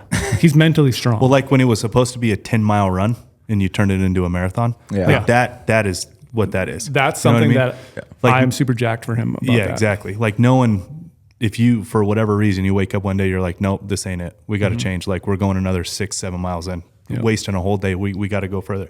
Like the guy that's going to say, fuck yeah, let's go. Yeah. Yep. You know what I mean? Like that's If the you have best that hunting partner. like people always ask me sometimes too, like what makes someone who's more successful different than someone else? Yeah. Like, or how do you find deer in the mountains? How do you're so successful on random hunts, getting animals? It all comes down to mental strength. Mm-hmm. It literally does. There's no way you can learn it unless you put yourself through the suffer to realize that end goal is all you want to get to. Yeah. Like you have to be mentally strong to succeed. Yep. Because there's so many times you're like, oh shoot, we had a rough night. We got back to camp at 2 a.m. Are we going to wake up in the morning? Like, sure, I've slept in before. Like, I've slept in. Yeah. But it sucks. You realize the next day, you regret it. Like, why'd I do that? Why'd I be such a wuss? Why didn't we wake up in the morning? Why didn't I set my alarm? Why did I accidentally shut my alarm off? Like, you learn from that though, and you're like, you have to just go full on every single day. Like, it's opening day. Like, you never know when you're going to succeed. But like with him running all the time, I know if I say, hey, we're going over there, he's going to be cool. He's going to say yes right away. There's not going to be any like doubt in his mind, because if you're hunting with a partner and he has a slight doubt, like, oh man, I don't know if we can get over there in time. Like, look at that nasty blowdown we got to do. Look at that north facing slope. We're going to have to go postal with all that snow. It might weigh on me a little bit then too, because I'm thinking at the same time, like, well, if he's uncomfortable with it and I'm going to put him in an uncomfortable situation, that's not going to be good for either of us. Yeah, we can do it, but if he's not solely jacked on it, the next day he's going to get even more burnt down, and that's going to be hard on the hunter partner dynamic that you have to work through when you're hunting with someone. For sure. Which I'm like the type of guy where it's like, we got to go hike 8 miles over that way to go look at this like vantage point. And like, you know, we'll probably get there at 1 a.m, but as soon as we get there, we'll sleep. We're not going to set up a tent or nothing. Like, we're just going to sleep there. Like, weather's going to be good. And then the next morning, we're going to wake up at 5 a.m., 6 a.m. to glass, like, and then knock the spot off our list. Like, I'm the type of guy that's like, all right, like, you know, I'm like a little robot. Like, you tell me, and I'm following right behind you. So I'm excited. Love it. It shows when you said your run was supposed to be 10 miles and you turned it into a marathon. Like, that's that kind of mentality. That's exactly what it is. You know, thinking you're going in 10 miles and it's like, well, fuck that up. It's actually going to be 15. Yeah. You know, and you got to be cool with it. Yeah. The other really fun part of this stuff with Omar that I was a little bit maybe nervous at first, because like, what's your rifle experience? Zero rifle experience. Rifle experience. Yeah. But we've been practicing. So we've been utilizing. Yeah, you told me he has a nasty thumb. Yeah. So get into it. So yeah, I've been taking him out. It's kind of like I don't know what you can call it, I guess, training. Yeah, it's training. I call you Coach Mills. Yeah. So we're going out there, and I'm kind of letting him do his thing at first, but then I want to correct him right away, and then see if he listens, and then I have to correct him again. But it's like going through it, watching him shoot the first couple of times. Like, I was like, dude, you have like the worst rifle target panic I've ever seen. Really? He gets on that gun. I'm like, all right, just be calm. You know, a little bit of shoulder pressure. Put your finger on that trigger and press it. And he's like, are you ready? I'm like, yeah, send it when ready. And all of a sudden, I'm not watching the scope because I'm recording digiscope. I'm looking at his finger, and literally he takes his pointer finger, puts it in front of that trigger, and just slams that thing. Just freaking slams it. Is it the noise? What is it? No, I think it's just the lack of not knowing. Like, cause I was like, the way like I kind of like learn to shoot, it's like you only put your finger on the trigger if you're gonna shoot. Mm-hmm. So that's kind of like why I was doing that. It's like every time like I've shot, like I was like raised and trained, like if you're gonna put your finger on the trigger, you're gonna shoot. So that's why I had like that nasty thing going on. But then Brady, keep it off. Then Brady like started correcting. He's like, hey, like you could put like, you know, like put like a little bit of pressure. Like you don't have to just like put it there when you shoot. Cause he told me, he's like, why do you do that? And I was like, well, that reasoning that I just explained. And then so like we started going through that and started correcting it, and like, you know, different things were like in my form, it's not so good, where like the thumb starts crossing over like what the stock. Yeah, he said you had a nasty thumb. Yeah, like I literally told him like, watch your nasty thumb right now. I've been correcting him the whole time. Every time I would look down, he'd take his thumb, push that thumb from safe to fire, it over the and stock. Then lock it over. So what that's going to do is, I had a lot of questions on it on Instagram the other day, but like, sure, you can shoot wherever. If you shoot great crossing it over, I don't know, like you maybe keep doing it. But I feel like your thumb, the only purpose of your thumb on a rifle is to move that safety forward or backwards. Mm-hmm. There's no other reason for your thumb at all. So when he's crossing his thumb over the stock, you're actually inducing torque on the rifle stock. So when you're pressing that trigger, that's going to go off. If you're gripping that thing because you're scared of the rifle, maybe, you don't know if you're torquing it left or torquing it right, or what you're doing with it. So you're actually gripping it like a death grip on there. It's like, no, you can actually just totally relax. Like, let your body relax. Take that thumb, put on the side of it. Thumb doesn't need to do anything else besides move the safety forward or backwards.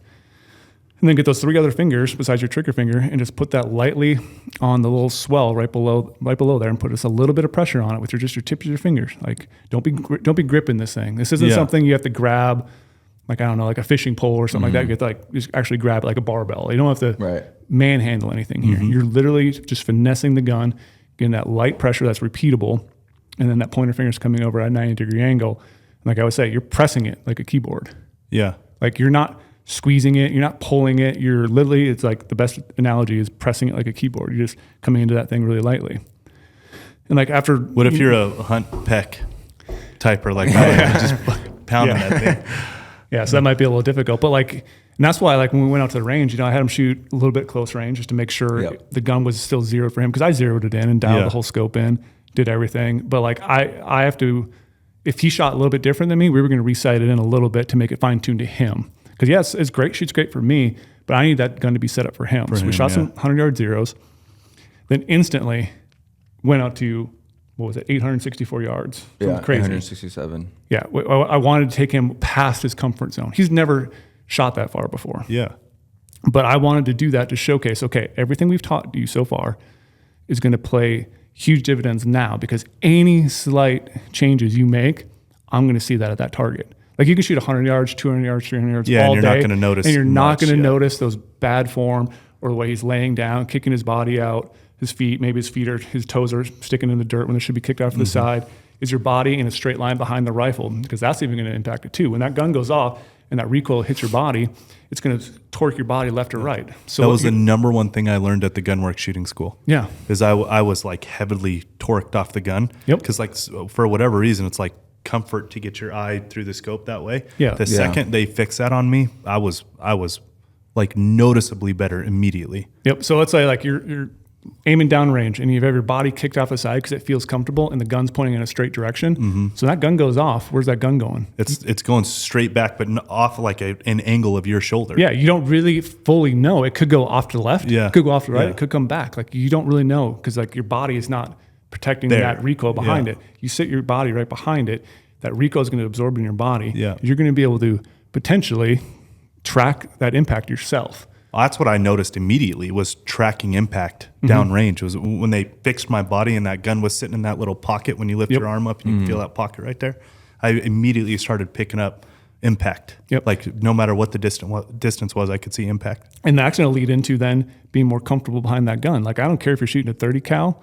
Like I can put someone behind that with a good posture. Yeah. And after a few shots, like a big 30 cal is going to knock you around. But like you do all this stuff constantly, eventually you're going to get to the point where you're more comfortable and your eyes aren't even going to be like blinking as much. Like you can get to the point where, no matter what, that recoil is going to go off, you're going to blink, but you might blink a little quicker, or you're not going to be anticipating it as much, and your eye might be open and you can see that impact. And that's going to be great if, let's say we're out shooting at a bear and from my angle, maybe I have to be 20 yards to his right, because it was a quick setup situation. He's laying down. And from my angle, I'm like, dude, I don't know. Like, did you miss? Like, and from his angle, though, he'd be like, no, I crushed it. Because he watched it impact it. And that's what, like, I would say, like, oh, maybe you should correct. But, like, if he can say he fully saw where that impacted and that's a dead bear, that's a win, because then I don't have to and recorrect that's a him. Hunting setup. That's what because happens. if I have to recorrect him, even though he knew it was a perfect shot, I'll tell him, oh, yeah, you need to dial up. He's like, no, I hit perfectly. Dude, I was so proud of to shoot the same shot again and put that animal down if it's still standing there. Where if I corrected him, I'm going to make him miss. Yep. But I want him to be able to see that impact going down. That works out the same thing too when you're hunting by yourself. All those things are going to pay dividends. Yeah, when I'm hunting by myself, I still record digiscope so I can instantly get up and look at it. But if I can see it, God, you're a detail guy. It's unbelievable. Just everything about it. if I can see it, then I know, okay, was it me, or did I have a bad wind call, or did I have a bad range? And it's not like, oh yeah, I missed because of unknown reason. I want to know I hit the animal perfectly, or I need to adjust it this way because I did all my mechanics were right, because that's why we go to the range and we're teaching all this stuff. Yep. And that's why going out past his comfort zone, the rifle is fully capable of shooting there. Sure, he is not going to shoot a bear at over 850, 900 yards. He will not shoot a bear. I will not allow him to do that. Yeah. Like most people should never do that. If you were to grade his shooting day one to day now, in the present, what would you say his shooting scores are, 1 through 10? Now after our little bit of training, I'd probably put him at like a 7. Like honestly, Damn, passing grade. It's a tough score. No, that's a pretty good we'll score. take it. it's just this is going to come with more practice. Like I said, 10s don't exist. Yeah, So you could always get better. Yeah. And one thing too, I think might be better, having zero experience, because I'm not coming in with like any nasty like habits. Like I'm coming in with habits that are just like, my body telling me what to do because that's what my body thinks to do.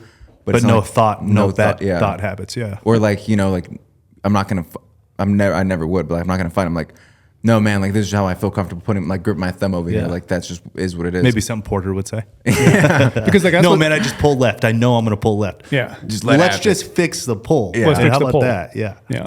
Because that's where it's hard too. Because someone like you said, if you've been shooting your whole entire life, and all of a sudden I'm trying to maybe teach you something a little bit better, you might still lean on those old bad habits constantly. And then we're out in the field, you're just going to rely on those bad habits because those bad habits are instinct to you.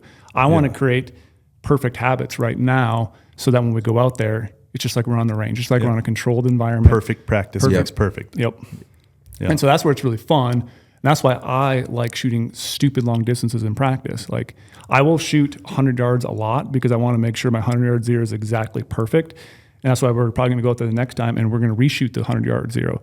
Like if that 100 yard zero, if it's shooting half inch left, like half inch high, even though it's super close to the bullseye, most people will be totally jacked on that. Recite. Well, yeah, we're going to pull that back in. We're going to validate first to make sure it's still going left and a little bit high. But what happens when we get up to 400 yards?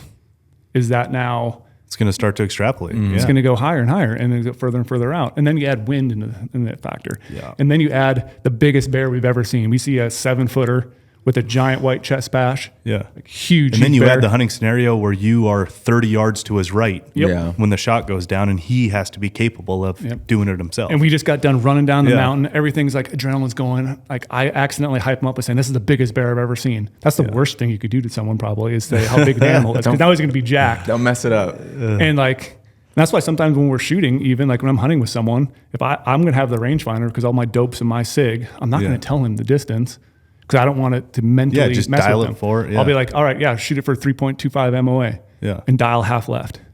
Yeah. Like I'm not going to tell him Smart, actually very smart. Yeah. because it's going to, you don't know, but it could impact him like, oh man, so that's actually 310 yards. And I've it's only kind ever of- shot 200. Yeah, like right now, like from the training, I'm confident that he could kill something at 3. Because Yeah. we've been practicing at 8 and 9. Like I said, I will not allow him to shoot that distance because there's a lot more factors that come into play. You need a lot more years under your belt, and it's an animal at the end of the day. Like you have a lot of respect towards those animals. Why do that when I know we can get closer? But then when he's at that close shot, like I said, I'm just going to calmly give him the dope, put in the scope, be like, all right, press the trigger, and this thing's you have your bear. Like that's why the training side of it is so important right now. And we have 60 days. Yep, 60 days. 60 days to go practice still. 62 days. Yeah. And like we have a lot more training. And, like luckily, I had a bunch of ammo for this gun. He just picked up some ammo. I'm going to shoot factory loads with this one because it's been shooting great. Like What I have is all 6.8 Western. Yeah. Ooh. It just arrived today, actually. Nice. Oh, yeah. Yep.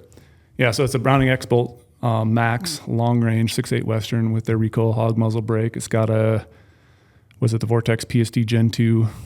What is that? 8 to 25 power or something like that. 7.5 to 25. Yeah. Sweet setup. Yeah. Really. So it's an what awesome are you gonna shoot? My 300 rum. That's the My end all go-to. be all, the go-to. Yeah, last year I set up that 300 rum basically for all the hunts I had in mainly Tajikistan. And then recently I just switched over to a Razor Gen 3, the 6x36 by 56. Speaking of rifle scope. Tajikistan, you're worried about getting sick, just go listen to that podcast. You'll be fine. You never know what could happen. You'll get sick and still have the best hunt of your life. Just keep going. I heard some stories and Just keep going. Wow. Don't shake Brady's right hand. Yeah. What's the glass setup? Have you guys do you guys know exactly what you're doing? So for me, like we joked about the BTX thing, but I'm honestly not sure I'm going to take the BTX because you can definitely the BTX is going to add some capabilities of finding the animals, but again, these are bears. A lot of times they're kind of easy to spot if you're moving around. And so I'm just going to rely on, I'm going to bring my 16 power, my SIG binos. Those are the electric ones with the image stabilization. They're great. You like those? I haven't used them yet. Honestly love them. Really? I haven't looked through them or used them yet. I've heard some good things. You like them though? Yeah. So the biggest thing to me, like I've been testing them off and on the last 2 years, taking to Montana with my family. I brought those specifically for Tajikistan because I knew it was going to be really windy. And that was an absolute game changer because I can glass in the wind and it's like I'm on a tripod. It honestly is like I'm on a tripod. Or if I'm hiking up a ridge really fast and I want to glass something really quickly because I see a black stump, And like you there's have black that, stumps everywhere. That shakes. I can pull it up, switch the switch, and boom, I'm locked in. Really? So Zula 6s are... That would help me a ton. So it's my really left great. shoulder, my left shoulder issue, it makes me shake a lot. Like if I hold for just a little bit of an extended time, I start to shake. And then I can just I can kind of lay down like I'm leaning over myself and trying to stay warm, and then put my elbows up. And most of the time when you put your elbows on normal binos, you can feel your heartbeat. If you glass long enough, you can eventually feel your heartbeat moving your stuff around. Yeah, I know exactly fluttering. what you're saying. And so that's going to eliminate that. But the only downside is I love gridding. I love putting optics on a tripod and gridding. And since those are electric, I don't need to use on a tripod. I could bring, like a stabilite adapter or something like that and strap them to it, but that's going to add some extra weight to it. So I'm not sure if I'm going to do that. Not much extra weight. Not much extra weight. Now we're cutting hairs here. Yeah. But then again, though, like I might be able to do that because I think, so I've been packing around the 115 ATX, but that's an overkill when it comes to bears. That's what you're using right there? Yeah, the Zulu 6? Zulu 6 1642s. They're only $850. Yeah. They're pretty tactical looking. So yeah, it actually uses, like I said right there, a 2-axis gimbal inside. So like if you pick them up and try to glass without the battery turned on, you'd be like, "Ooh, this thing's wicked weird." Like, piece of junk. Like they look interesting. It looks like a spaceship of some sort. Yeah. But once you flip that switch, it locks everything in. And yeah, if you take your optic and try to move really fast, the gyro can't really keep up. But if you just glass normally, like I feel like you can pick out a lot more intricate details. You can pick out a leaf falling off a tree. You can pick an ear twitch out. Like you can see things. You think the glass is good too, comparable? I mean, the glass quality is not going to be on par with some of your big name stuff. The ultra high. Yeah, but it's like, I've heard rumors that, they're working on some different things. Yeah. But like what you gain in image stabilization makes up for that. Makes up for it. What about the battery? Battery's kind of iffy because that's a AA battery. So I do, like my whole setup, I've gotten rid of batteries. So I do have to carry an extra one of those, a battery for it, but it lasts so long. And it does have an auto off switch on it, which sometimes I get annoyed with because the model I use, I don't remember what it is, but all of a sudden I'll be glassing for a long time and all of a sudden it'll switch go off and I have to, adjust it. And that's usually right when I'm like on something. I'm like, is that an animal? Is that a bear? Is that a deer? And then I have to move and get back on it again. But it lasts a long time. But then for like the big optics, like I was saying, a 115 ATX setup like I've been using for a long time, that's overkill on bears. Completely overkill. The only Why reason, is that? Because they're kind of easier to see. And you're not, I'm not judging horns, antlers. True. Good point. I'm not trying to pick them apart. Yeah, I'm looking for that pumpkin head. Good point. That big body, how he's walking, make sure it's not a pear back end, looks like a sow. Like I'm trying to gather all this intel in. And all I really need is a lightweight, maybe 65 with an ATX. You're not trying to see eye guards and a split, maybe a cheater or something. And I'm not trying to glass those shadows, like literally 10 minutes before shooting light ends. Like a bear's probably already out moving around. Like I don't need that light gathering that I gain with the 115. And all really doing it trying to do. So what are you replacing it with? I might pick up a 65 millimeter objective for my swirl, and then just bring the ATX. And then because we just want to be able to spot a bear, judge the size of the bear, and digiscope it. Yeah. And then we're good. And then digiscope the kill. Yeah. We don't need. Are we filming this on? I'm gonna self-film it. We're gonna do like a new style. New style. Yeah, new. I don't know what we're calling it yet. It might be one of those like kind of episode by episode type thing if we have enough footage. I know we've been talking about this for a long time. Yeah. Our originals are great, but we got to figure out a way to do more stuff. Yep. I think it'd be fun too because I did that Mueller sabbatical last year. That was kind of my first go. But the problem with that hunt is I was solo. So I had kept setting the camera down sometimes and trying to film myself. And then it was, 18 inches of snow, so I couldn't set the camera down. But now I can pass the camera to Omar. Omar can film me. I can film Omar going down on a stalk. It'll make it better for sure. Yeah. And we can get that good dynamic. We can get the good camp atmosphere. We can get the good talking in camp like we would on a GOHUNT original. But it's just like, you're not going to see both of us in the film. But I'm not the type of person who's going to hold my camera out and try to selfie it. I have the perfect selfie arms. You do have perfect selfie arms, that's for sure. But I'm not going to use those bad boys for that. So Strap it to your toe would be even better. Long ass legs. Are you kidding me? Those things are like 6 feet long. And then too, with dropping down to the ATX and 65, I'm going to save a ton of weight. Yeah, that's more food. A ton of weight. So unfortunately, though, Swaro, they're very proud of their cost. So that's something I have to think about right now. Where else could I use that 65? Because when I think about optics purchases, I want it for something else as well. Right now in my mind, though, I can only think of this is going to be great for bear hunting. I haven't figured out what that second purpose is. For whenever you get the tag. But then again, I'm like, well, really want that 115. I really want to dive in, count all those rings. Yeah. So it's like, that's the hard part to me. And it's like, you could say like, well, what about Brady, your crazy summer scouting trips when you just try to, hike as many miles as you can, try to go super lightweight. And that sounds good to me too. But then I like to do a lot of long distance glassing. I'll glass, 3-4 miles away trying to pick up animals with the BTX. So I need to find another use case for it. Cause right now I'm like, damn, I'm spending that money right now.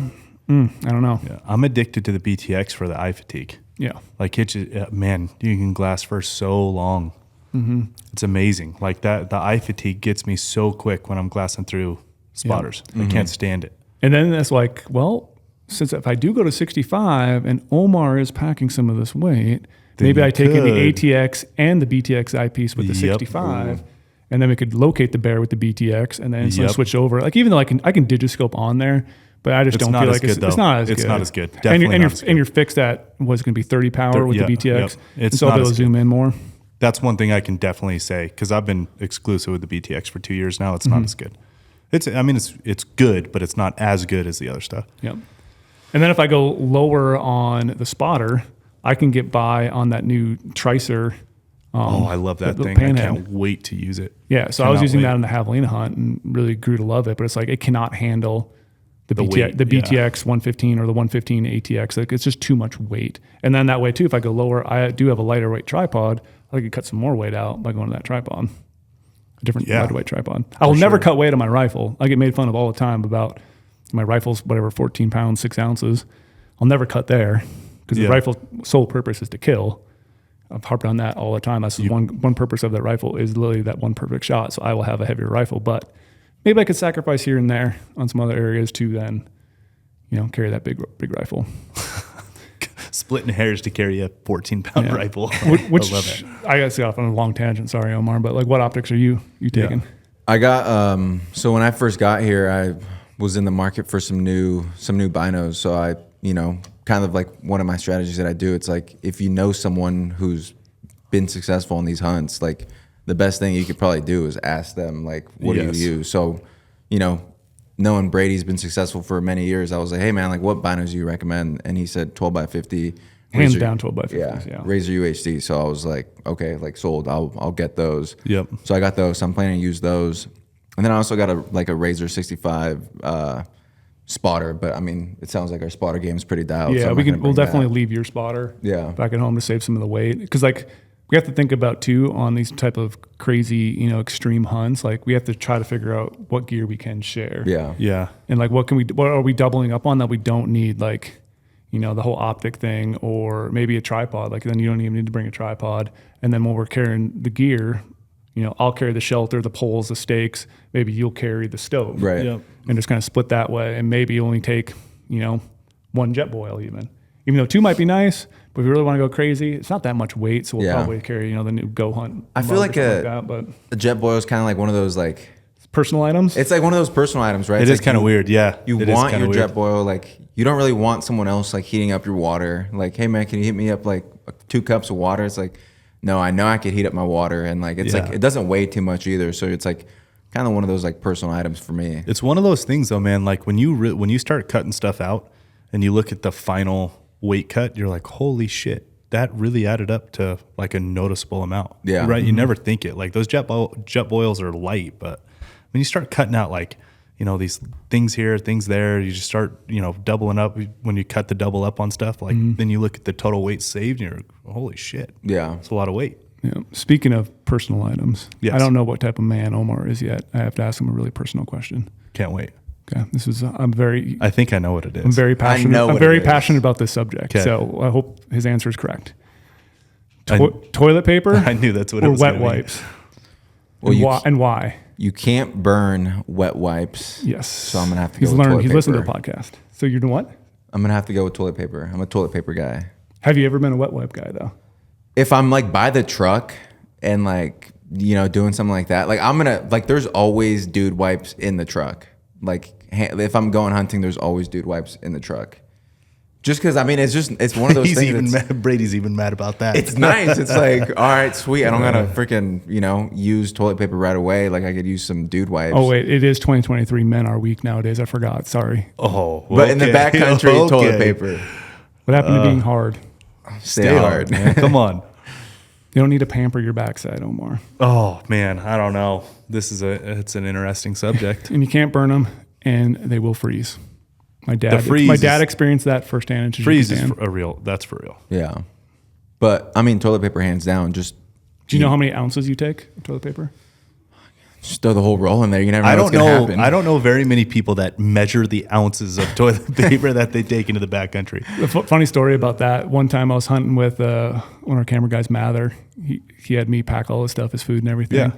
And he got out there and I was like, hey, here's your toilet paper. And he's like, would you give me 10 squares? And I was like, no, it's 1 ounce of toilet paper. That should be plenty for a 6-day hunt. And he just laughed at me and then grabbed the whole roll in my truck and brought the whole roll up there. Like that was one area that he's like, yeah, you can't pack that for me anymore. Like never pack my own toilet paper because I'm like, well, I just know how much I need. And I know what the backcountry food does to me, but doesn't do anything crazy. So I don't ever need more because I know the food I'm taking and what it does. So That's it's like, so insane that you I'm not measure that packing out. for. It's so crazy to me. But then I think it's throwing it back against me because I didn't plan, to get sick in Tajikistan and burn up all my toilet paper and have to use my hand to wipe myself. So like, oh no, it can come back to bite you. just back it. Oh no. See, that's what I'm not And doing. then have to put your hand in a glove after that. Oh no.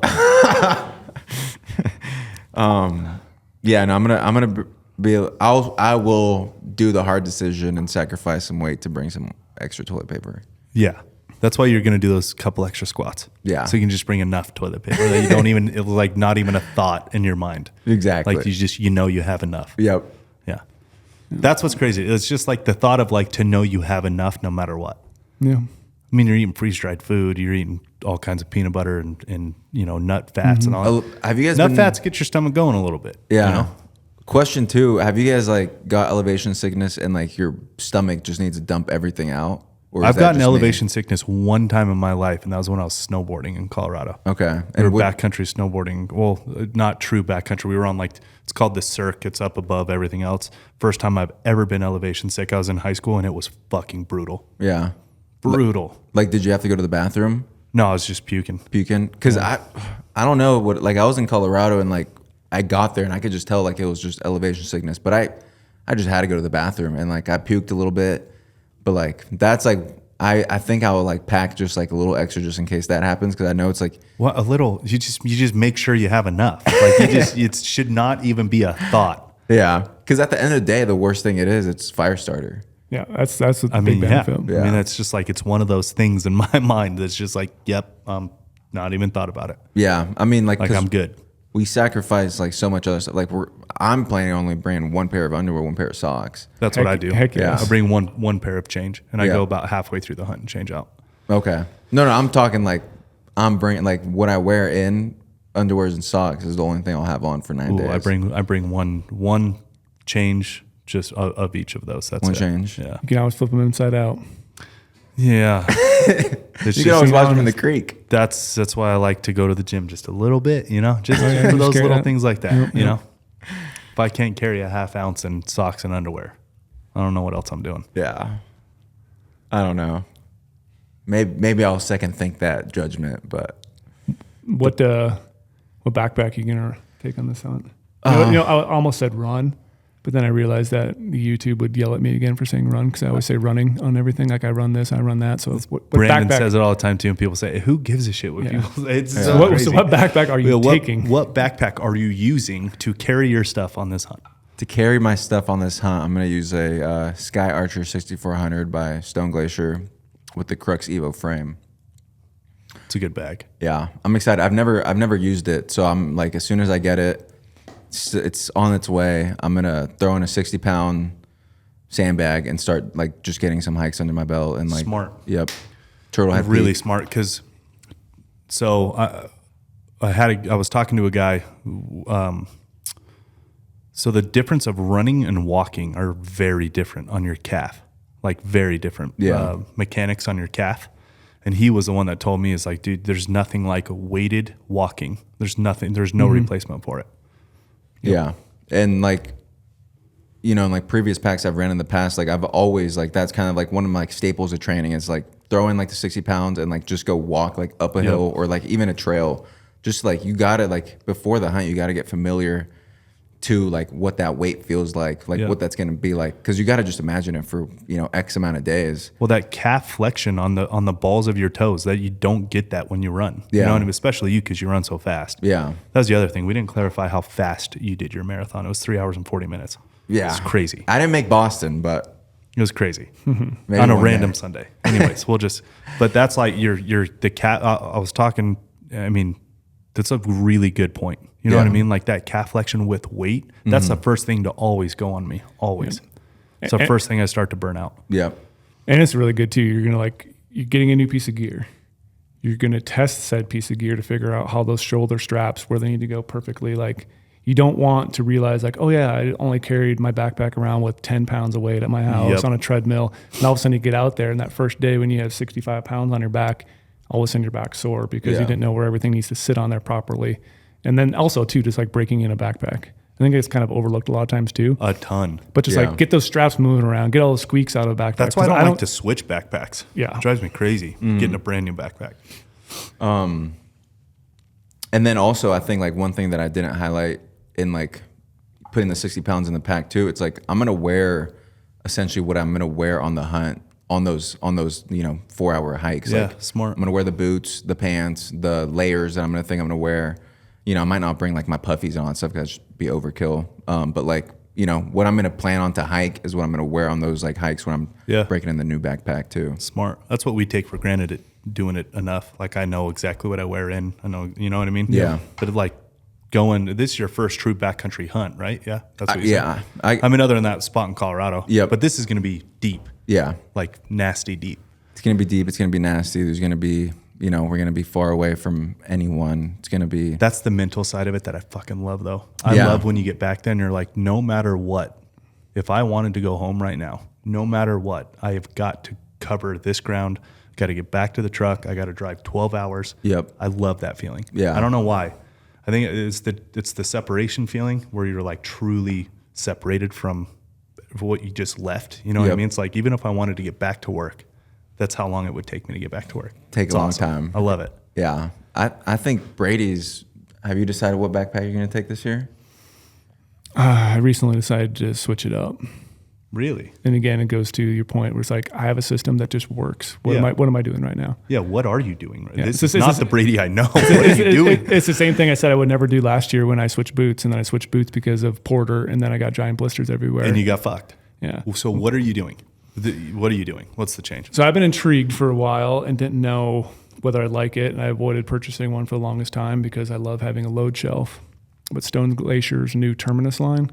Ooh, yeah. So it's basically it's designed for, high altitude sheep, mule deer hunts, that sort of thing, where you don't have a load shelf. It has a built-in little compartment on the inside where you can shove the meat and all that stuff. So there's no load shelf, so it's not a modular backpack anymore. But I've been really looking at it lately. They built this bag for Kurt, right? Which is perfect because him. Yeah. Him and my body types are exactly the same. Exact same. Literally couldn't be more identical. Yeah. And I figured too, some of the hunts I do, like I didn't want the other one. I can't remember what the cubic inches on that, but I think it was like 7,700 or 7,000. Yeah, Terminus 7,000. You're gonna do a bear with no load shelf. Yeah, which is going to be interesting because all that meat and everything's going to go inside, and then part of the hide's going to have to go on top. If you kill a giant, I would imagine you're gonna do a full body rug or something, right? Yeah, but the new one, the 8,700, it's giant. So like I'll be able to also, I think, utilize this maybe on a late season hunt. But again, late season hunt, I do like to have that load shelf. What game bag are you going to use? I don't know if I can say. Yeah, don't say. I know which one you're using. But like it's going to be shoved on the inside. So all like. Is it big enough for a? That's why I really was waiting, because I didn't want the other size before, but I wanted. Some that's going to be a little bigger. So if it's a little bit bigger, I can get my clothes and all my gear on the inside and my optics away from all the nasty, blood, meat and stuff, and shove all that meat in the side. And what's really nice too, in the bottom of those Stone Glaciers, the new Terminus, there's 2 little blood ports. Yeah. And so that blood, if it gets in the game bags, it's going to start dripping out in the bottom. And it's going to be interesting. It's going to be, because I can't keep all my gear away from the meat. That's the only concern I have. Yeah, that's why it's going to be interesting to. Yeah, it's the only reason why I've kind of avoided it, because I picture all my hunts in the late season. I need so much extra gear, and then when I pack out an animal, it is nice to keep my my expensive down clothes, my optics, not all in the blood.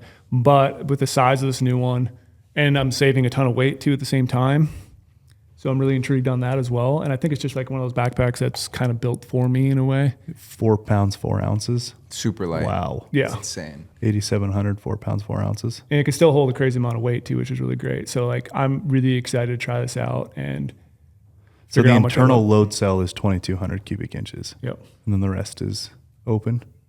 Yep. Yeah, but it's got that nice new material on the outside too, which is I think a little bit more waterproof. It's Yeah, not. that's what they said. I saw it at SHOT Show. Yeah. So like, I think that's gonna be fun. You know, like again, trying out new gear, and that's why I think it comes back to like a spring bear hunt, cabin fever. I want to try out some different things. See how I see how it works understand for me. that, the cabin fever part for sure. Yeah. get So that. so like I'm excited for that. Like I said, the optic change a little bit, shelter change. I haven't told you yet, but I think I might switch to a quilt. A quilt? Dude, this is too much change for the Brady, I know. Yeah, I What know. the hell is going on? But I'm just like, I start planning this out more, and I'm starting to dive into it further, and I'm just looking at the miles we're going to do. So what's your goal of all these changes? What are you doing? Like, what's your number one thought? I'm when just you're figuring making if I these can cut changes? some, like everyone always knew back in the day I was an ounce cutter, and I got made fun of to no degree. Like, oh, well, you're You just were cutting some beyond ounces. an ounce cutter. You Yeah, were like like- a half ounce cutter. Yeah, and like cutting ounces, like, won't you just get stronger? And it's like, well, certain tools have certain jobs. Like I Yeah. always said, I always carry a, whatever it was, a 10, 11 pound bow.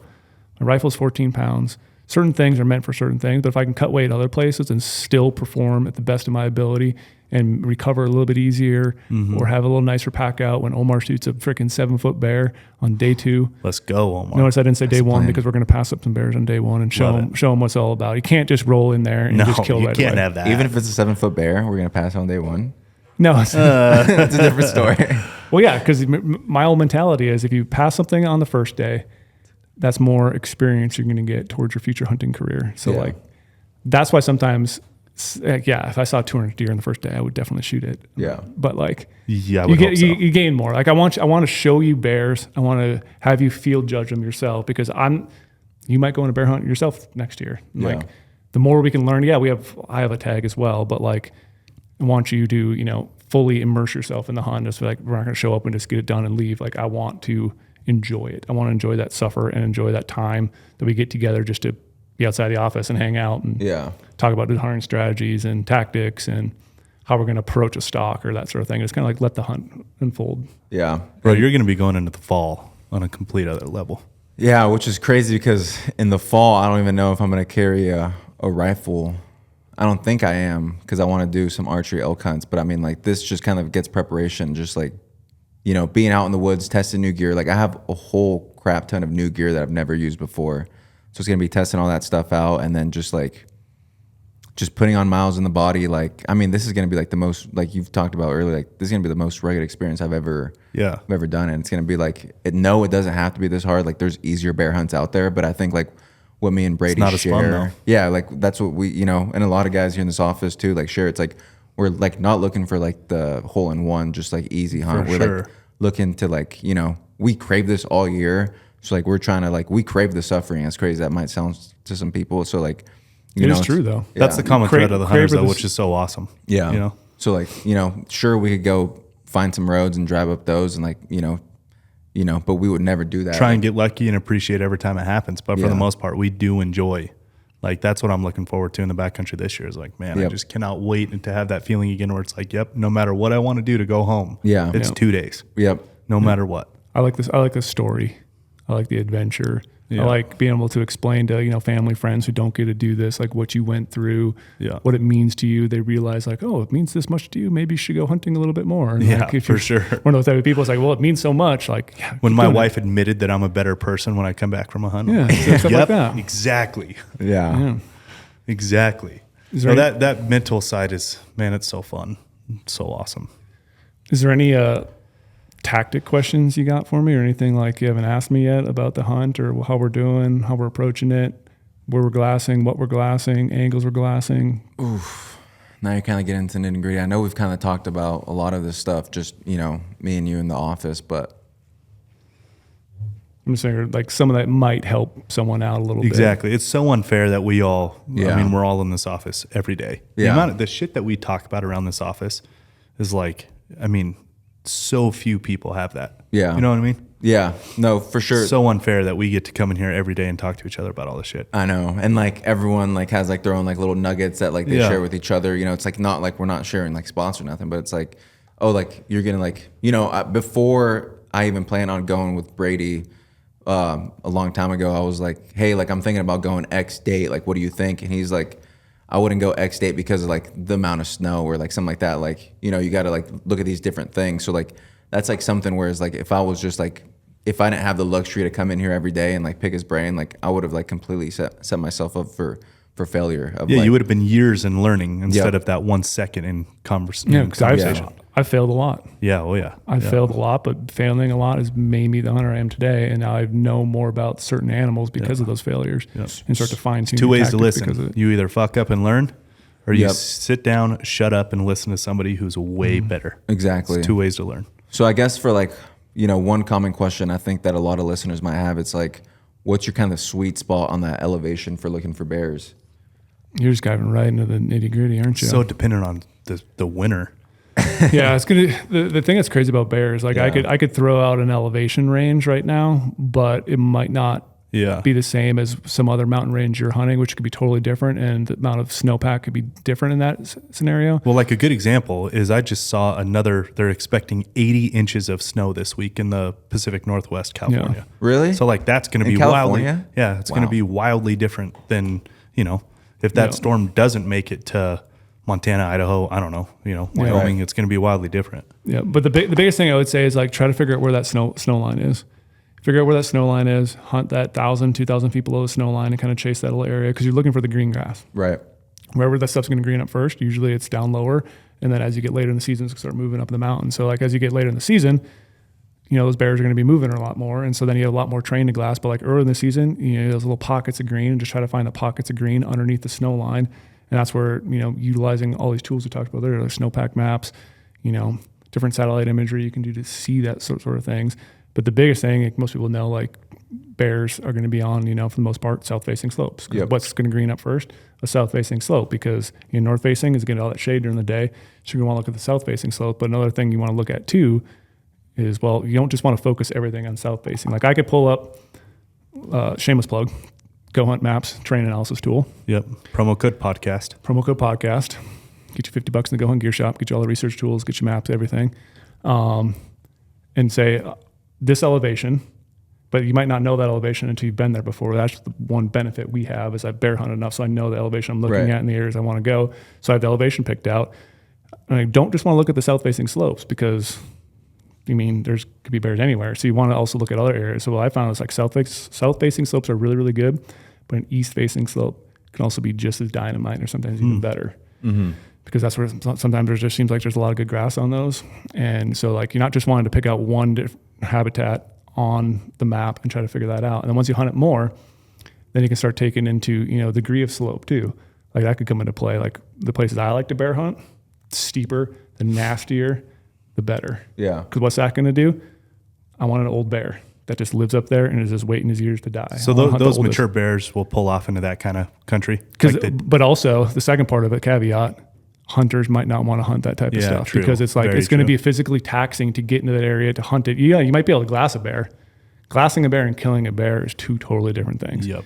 You might not be able to shoot across a canyon because the distance could be so great. So now what are you going to have to do? You have to get on the same face as that bear. Yep. You're going to be going up vertical.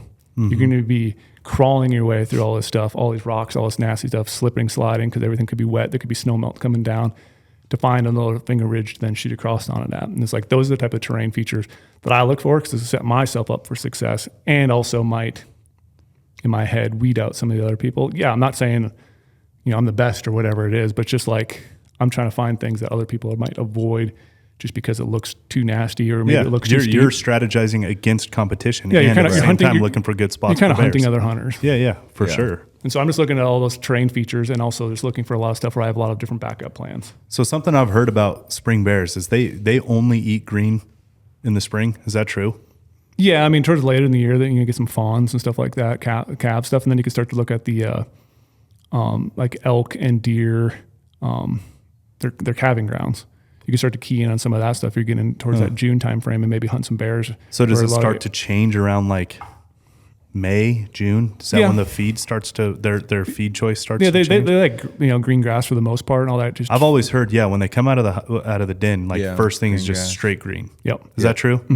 So that's why I'm trying to find the greenest green Yeah. I can possibly find. And again, trying to find those patches, because you look at a lot of stuff that looks maybe great green grass, but they all of a sudden figure out some other area has, you know, brighter green grass that's like looks better. And there's, you know, enough topography around there where a bear might feel a little bit safe, doesn't want to come out in the open.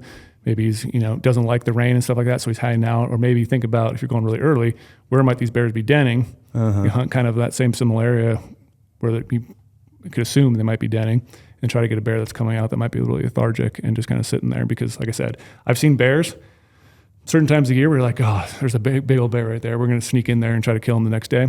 Never shows up. Where'd he go? I don't know. But it's like sometimes the bears just don't do two things. Like back to the back. den, or what do they do? I don't know if he just went in the timber, just hid out, or went up and over the mountain range, found some, you know, greener grass somewhere else. But like, sometimes you find a bear and you'll see him for 3 days in a row, and other times you see a bear, you try to go on him and hunt him, and you won't see him again. It's like that's where it gets hard to know. Like, do you sit there and wait? Do you go look for other bears? Was that a giant bear? Was that a cool color phase that you're looking for? But I think if you just find like these areas, like that's why I use train analysis tool all the time, because I can set my parameters and I have so many other waypoints from other previous engagements of hunting that my data is now getting a lot bigger, and I know how to hone in on some of these areas. Same thing I do with mule deer, and just trying to find the exact terrain they liked in a certain time of year and just add that to your toolkit. Yep. So where do these, like, you're talking about the green grass, but like where do these bears like then go in, like after they're done eating? Do you want to like look at some spots where there's like a lot of like a giant timber patch, and then there's going to be like maybe a meadow there with some green grass where you like, you know, that bear is going to probably be sleeping in that timber patch and then crawl its way out and then eat that green grass, and then it's probably going to pattern that you're going to exactly that same way. Yeah, you see one, he's out in the open, you stalk him, you don't see him anymore. Well, he's probably somewhere in that timber patch. Like a bear's not just going to run around in the springtime. Like if you're hunting him early, there's not that rut phase, so he's not chasing or anything yet. And kind of hone in on it. The biggest thing that time of year is just everyone, you know, just need to do your due diligence, because I've seen a lot of bears where you glass it up, you're like, oh, that's a giant bear, let's go kill it. You're all jacked and amped. And you get over there, you start sitting down in the situation, start looking around, and then all of a sudden you find the cubs. Yep. Like there's a lot of times where you'll see cubs up in a tree. Blew your wad getting to it. Getting all the way over there. It's a cubs. giant sow. Looks like a super old, but you didn't know it was a sow at first because sometimes they're hard to judge, but had all the characteristics, was kind of waddling back and forth, and you just got to like really look around, because there's a lot of, you know, sows with cubs during that time of year, and they just want to, you know. Yeah, you got to make extra sure. So I could see blowing your wad, getting there and going, holy shit. Yeah. Yeah. You eat a lot of bear, right? Oh, I love bear. Yeah. Love bear meat. Yeah. You use bear fat to cook into. I rendered all my bear fat. I still have, like, I was surprised at how much bear fat you actually get off some of these spring bears, and then how long it lasts. Like I cook all the time. I cook wild game every single night and use bear fat all the time. I still have a bunch of jars of bear fat. That's what I was going to ask you. Are you low on bear meat right now? I'm just about out of bear meat. I went through a big phase like a month ago where I had bear meat for like 3 weeks straight. Yeah, you had it in here every day. But like literally every day. Bear burritos are just bear rice and black beans. But you're good on the bear fat? I have tons of bear fat still. I would like to cook in some bear fat. It'd be nice. It's really cool when you render it down, like how bright, like yellow it looks. It looks like better than any sort of olive oil you've ever had. And then all of a sudden it'll start hardening up and get white and thick. And like you think like, oh yeah, it's got to smell like a nasty bear. Like it kind of smells when you cook it. Really? When you stick your nose in, it's like, it doesn't really smell like anything anymore. Really? So you can do I think like bear, that's one thing that's really cool about bears. Like you can do more things with bears than most people think. Like, yeah, sure. There's states where, you know, you might not be required to take the bear meat, and people have a bad mentality about bears. Like, oh, you're going to get trichinosis, all that stuff. But bear meat's actually really phenomenal. You're going to eat yours if you kill one? 100%. Yeah. Yeah. That's, you know, I want to kill these animals to eat them. So that's the plan for sure, is to. You want to self-sustain live. Yep. Yeah. Yeah. I mean, I think that's like one of like the biggest things that like drove me to like want to pursue like this thing of hunting, was like, oh, like eliminating like the grocery store. Like, sure, I'll go out and like, I'm not going to eat bear like after I kill those for like 6 months straight, but like, it's going to be nice. Like Brady. Yeah. You could. I'm not that big of a bear eater thus yet. We'll see. Maybe if I eat it, I'm just like, wow, this is amazing. Like I'll eat bear for 6 months and have to go hunt again, but I'm going to eat it 100%. One thing that I'm excited for and like kind of want to like ask Brady, it's like, you know, if we do harvest a bear, like how does that meat taste? Like I always see like these YouTube videos, like they'll, cut up some steaks and whatnot, and like make the little shish kebabs. Like, is that amazing, or is it? How are is you it? eating them on the mountain? Is that what you're asking? Yeah, that's like what I'm on the mountain. Yep. That's where I kind of draw the line. Really? Yeah. Nick. Sure, I could take a bunch of the bear fat, drop it in my jet boil, get that all going, drop some meat in there. But like when I cook bear meat at home, I'm cooking that thing for it seems like 40 minutes when I'm doing my burger. Just to make like sure. the ground burger, just like make sure like on the mountain I don't eat bear meat on the mountain. No. Yeah. Even though maybe if someone else was with me who's done a lot longer and they fully were comfortable with it, but I've just never done it on the mountain, and it kind of just frightens me a little bit because of that trichinosis side. Like, yeah, I just said earlier, trichinosis, you just got to cook it really well. But like, one, I'm not wanting to burn all my fuel. Yeah. Unless we're both tagged out early and we have tons of fuel, then sure, I might try it because we're on the mountain. But it's like that thought in my head, I want to do it right and just bring it home and cook it properly. That makes a lot of sense to me. Yeah. I get that for sure. How do you how do you prep your meat when because I know you butcher your own meat. So you're mostly like making burger, right? Yep, I grind it all into ground burger, and then I basically just make burritos out of it, or ground meat and rice with beans. That's what you've been eating for the last 3 weeks. Yeah, and I do mix it. Like bear, I usually do like probably a little bit more pork fat. But I usually probably do like 10 or 15%. There's just bacon and pieces. And I mix it with sage seasoning. Sage seasoning is key on everything. Really? I love sage seasoning grounded with meat. I'm going to have to try this. Yeah.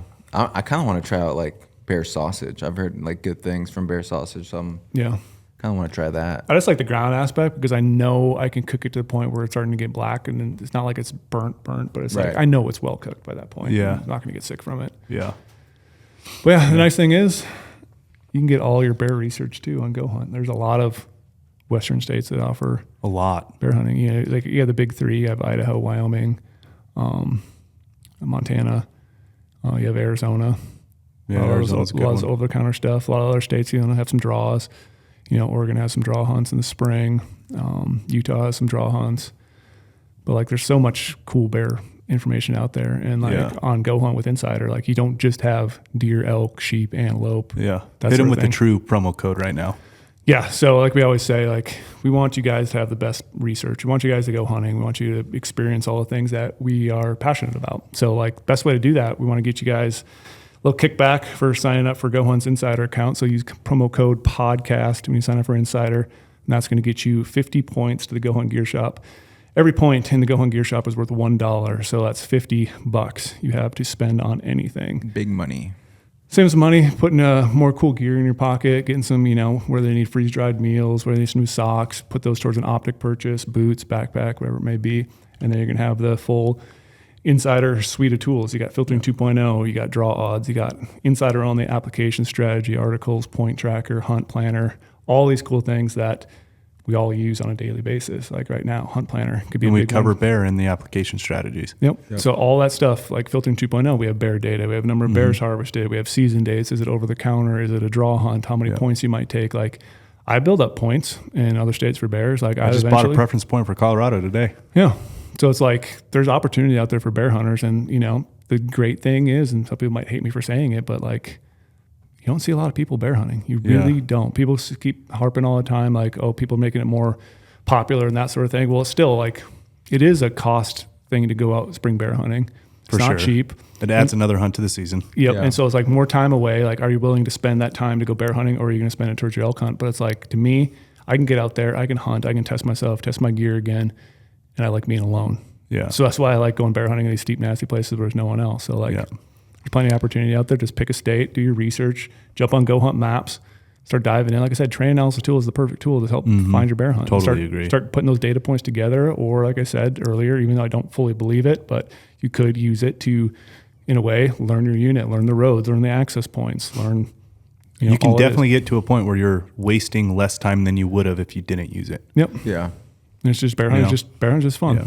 And it is that's kind of the changing landscape of hunting overall, is everybody's talking about the opportunities going away. There's still opportunity. It's just the species are different. You know, it's like, some of those, second choice, don't burn your point draws in Colorado. Yeah, they've changed. They've definitely changed. But bear hunting's still a thing. Still a lot of opportunity. Javelina's still a thing. A lot of opportunity. It's just a little bit, it's just different. It's just it's a new way to get those opportunity hunts in, get the reps under the belt. And it sounds like, which honestly, I've never been like ultra interested in bear hunting, but listen to you talk about how it correlates to that high country mule deer, that kind of stuff. That's something I would be bought into immediately and want to go do it. No question about it. Yeah.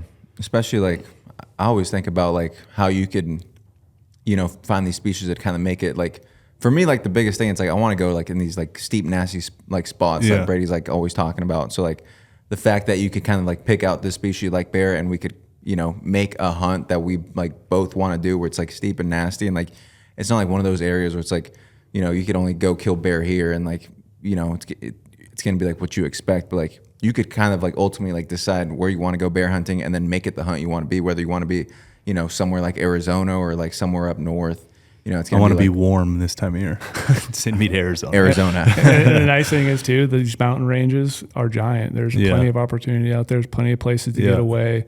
There's plenty of little hidden gems when you start looking at the data. You know, there's a lot of stuff you can do to figure out and hone in on your bear unit. And like I said, you might not see anyone, you might see a few people, but at least you're out hunting. At the end of the day, you're out hunting, you're out having fun. Yeah, I can't wait to do a follow-up when you guys get back. This is going to be good.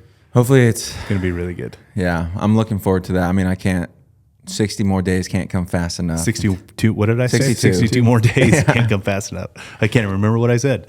Yeah, this is going to be awesome. We got to do a follow-up when you guys get back. We'll do. Well, I appreciate you jumping on the podcast, thank you, Omar. Yeah, thanks for having me, guys. Welcome to the Big Hunt Guys, or I should and say when I got the invite to this, I loved it because of the title. Yeah. And only those who know will know. But Brady, tell them the title of this podcast that was on my calendar. Bears beats Battlestar Galactica, or was it the other one?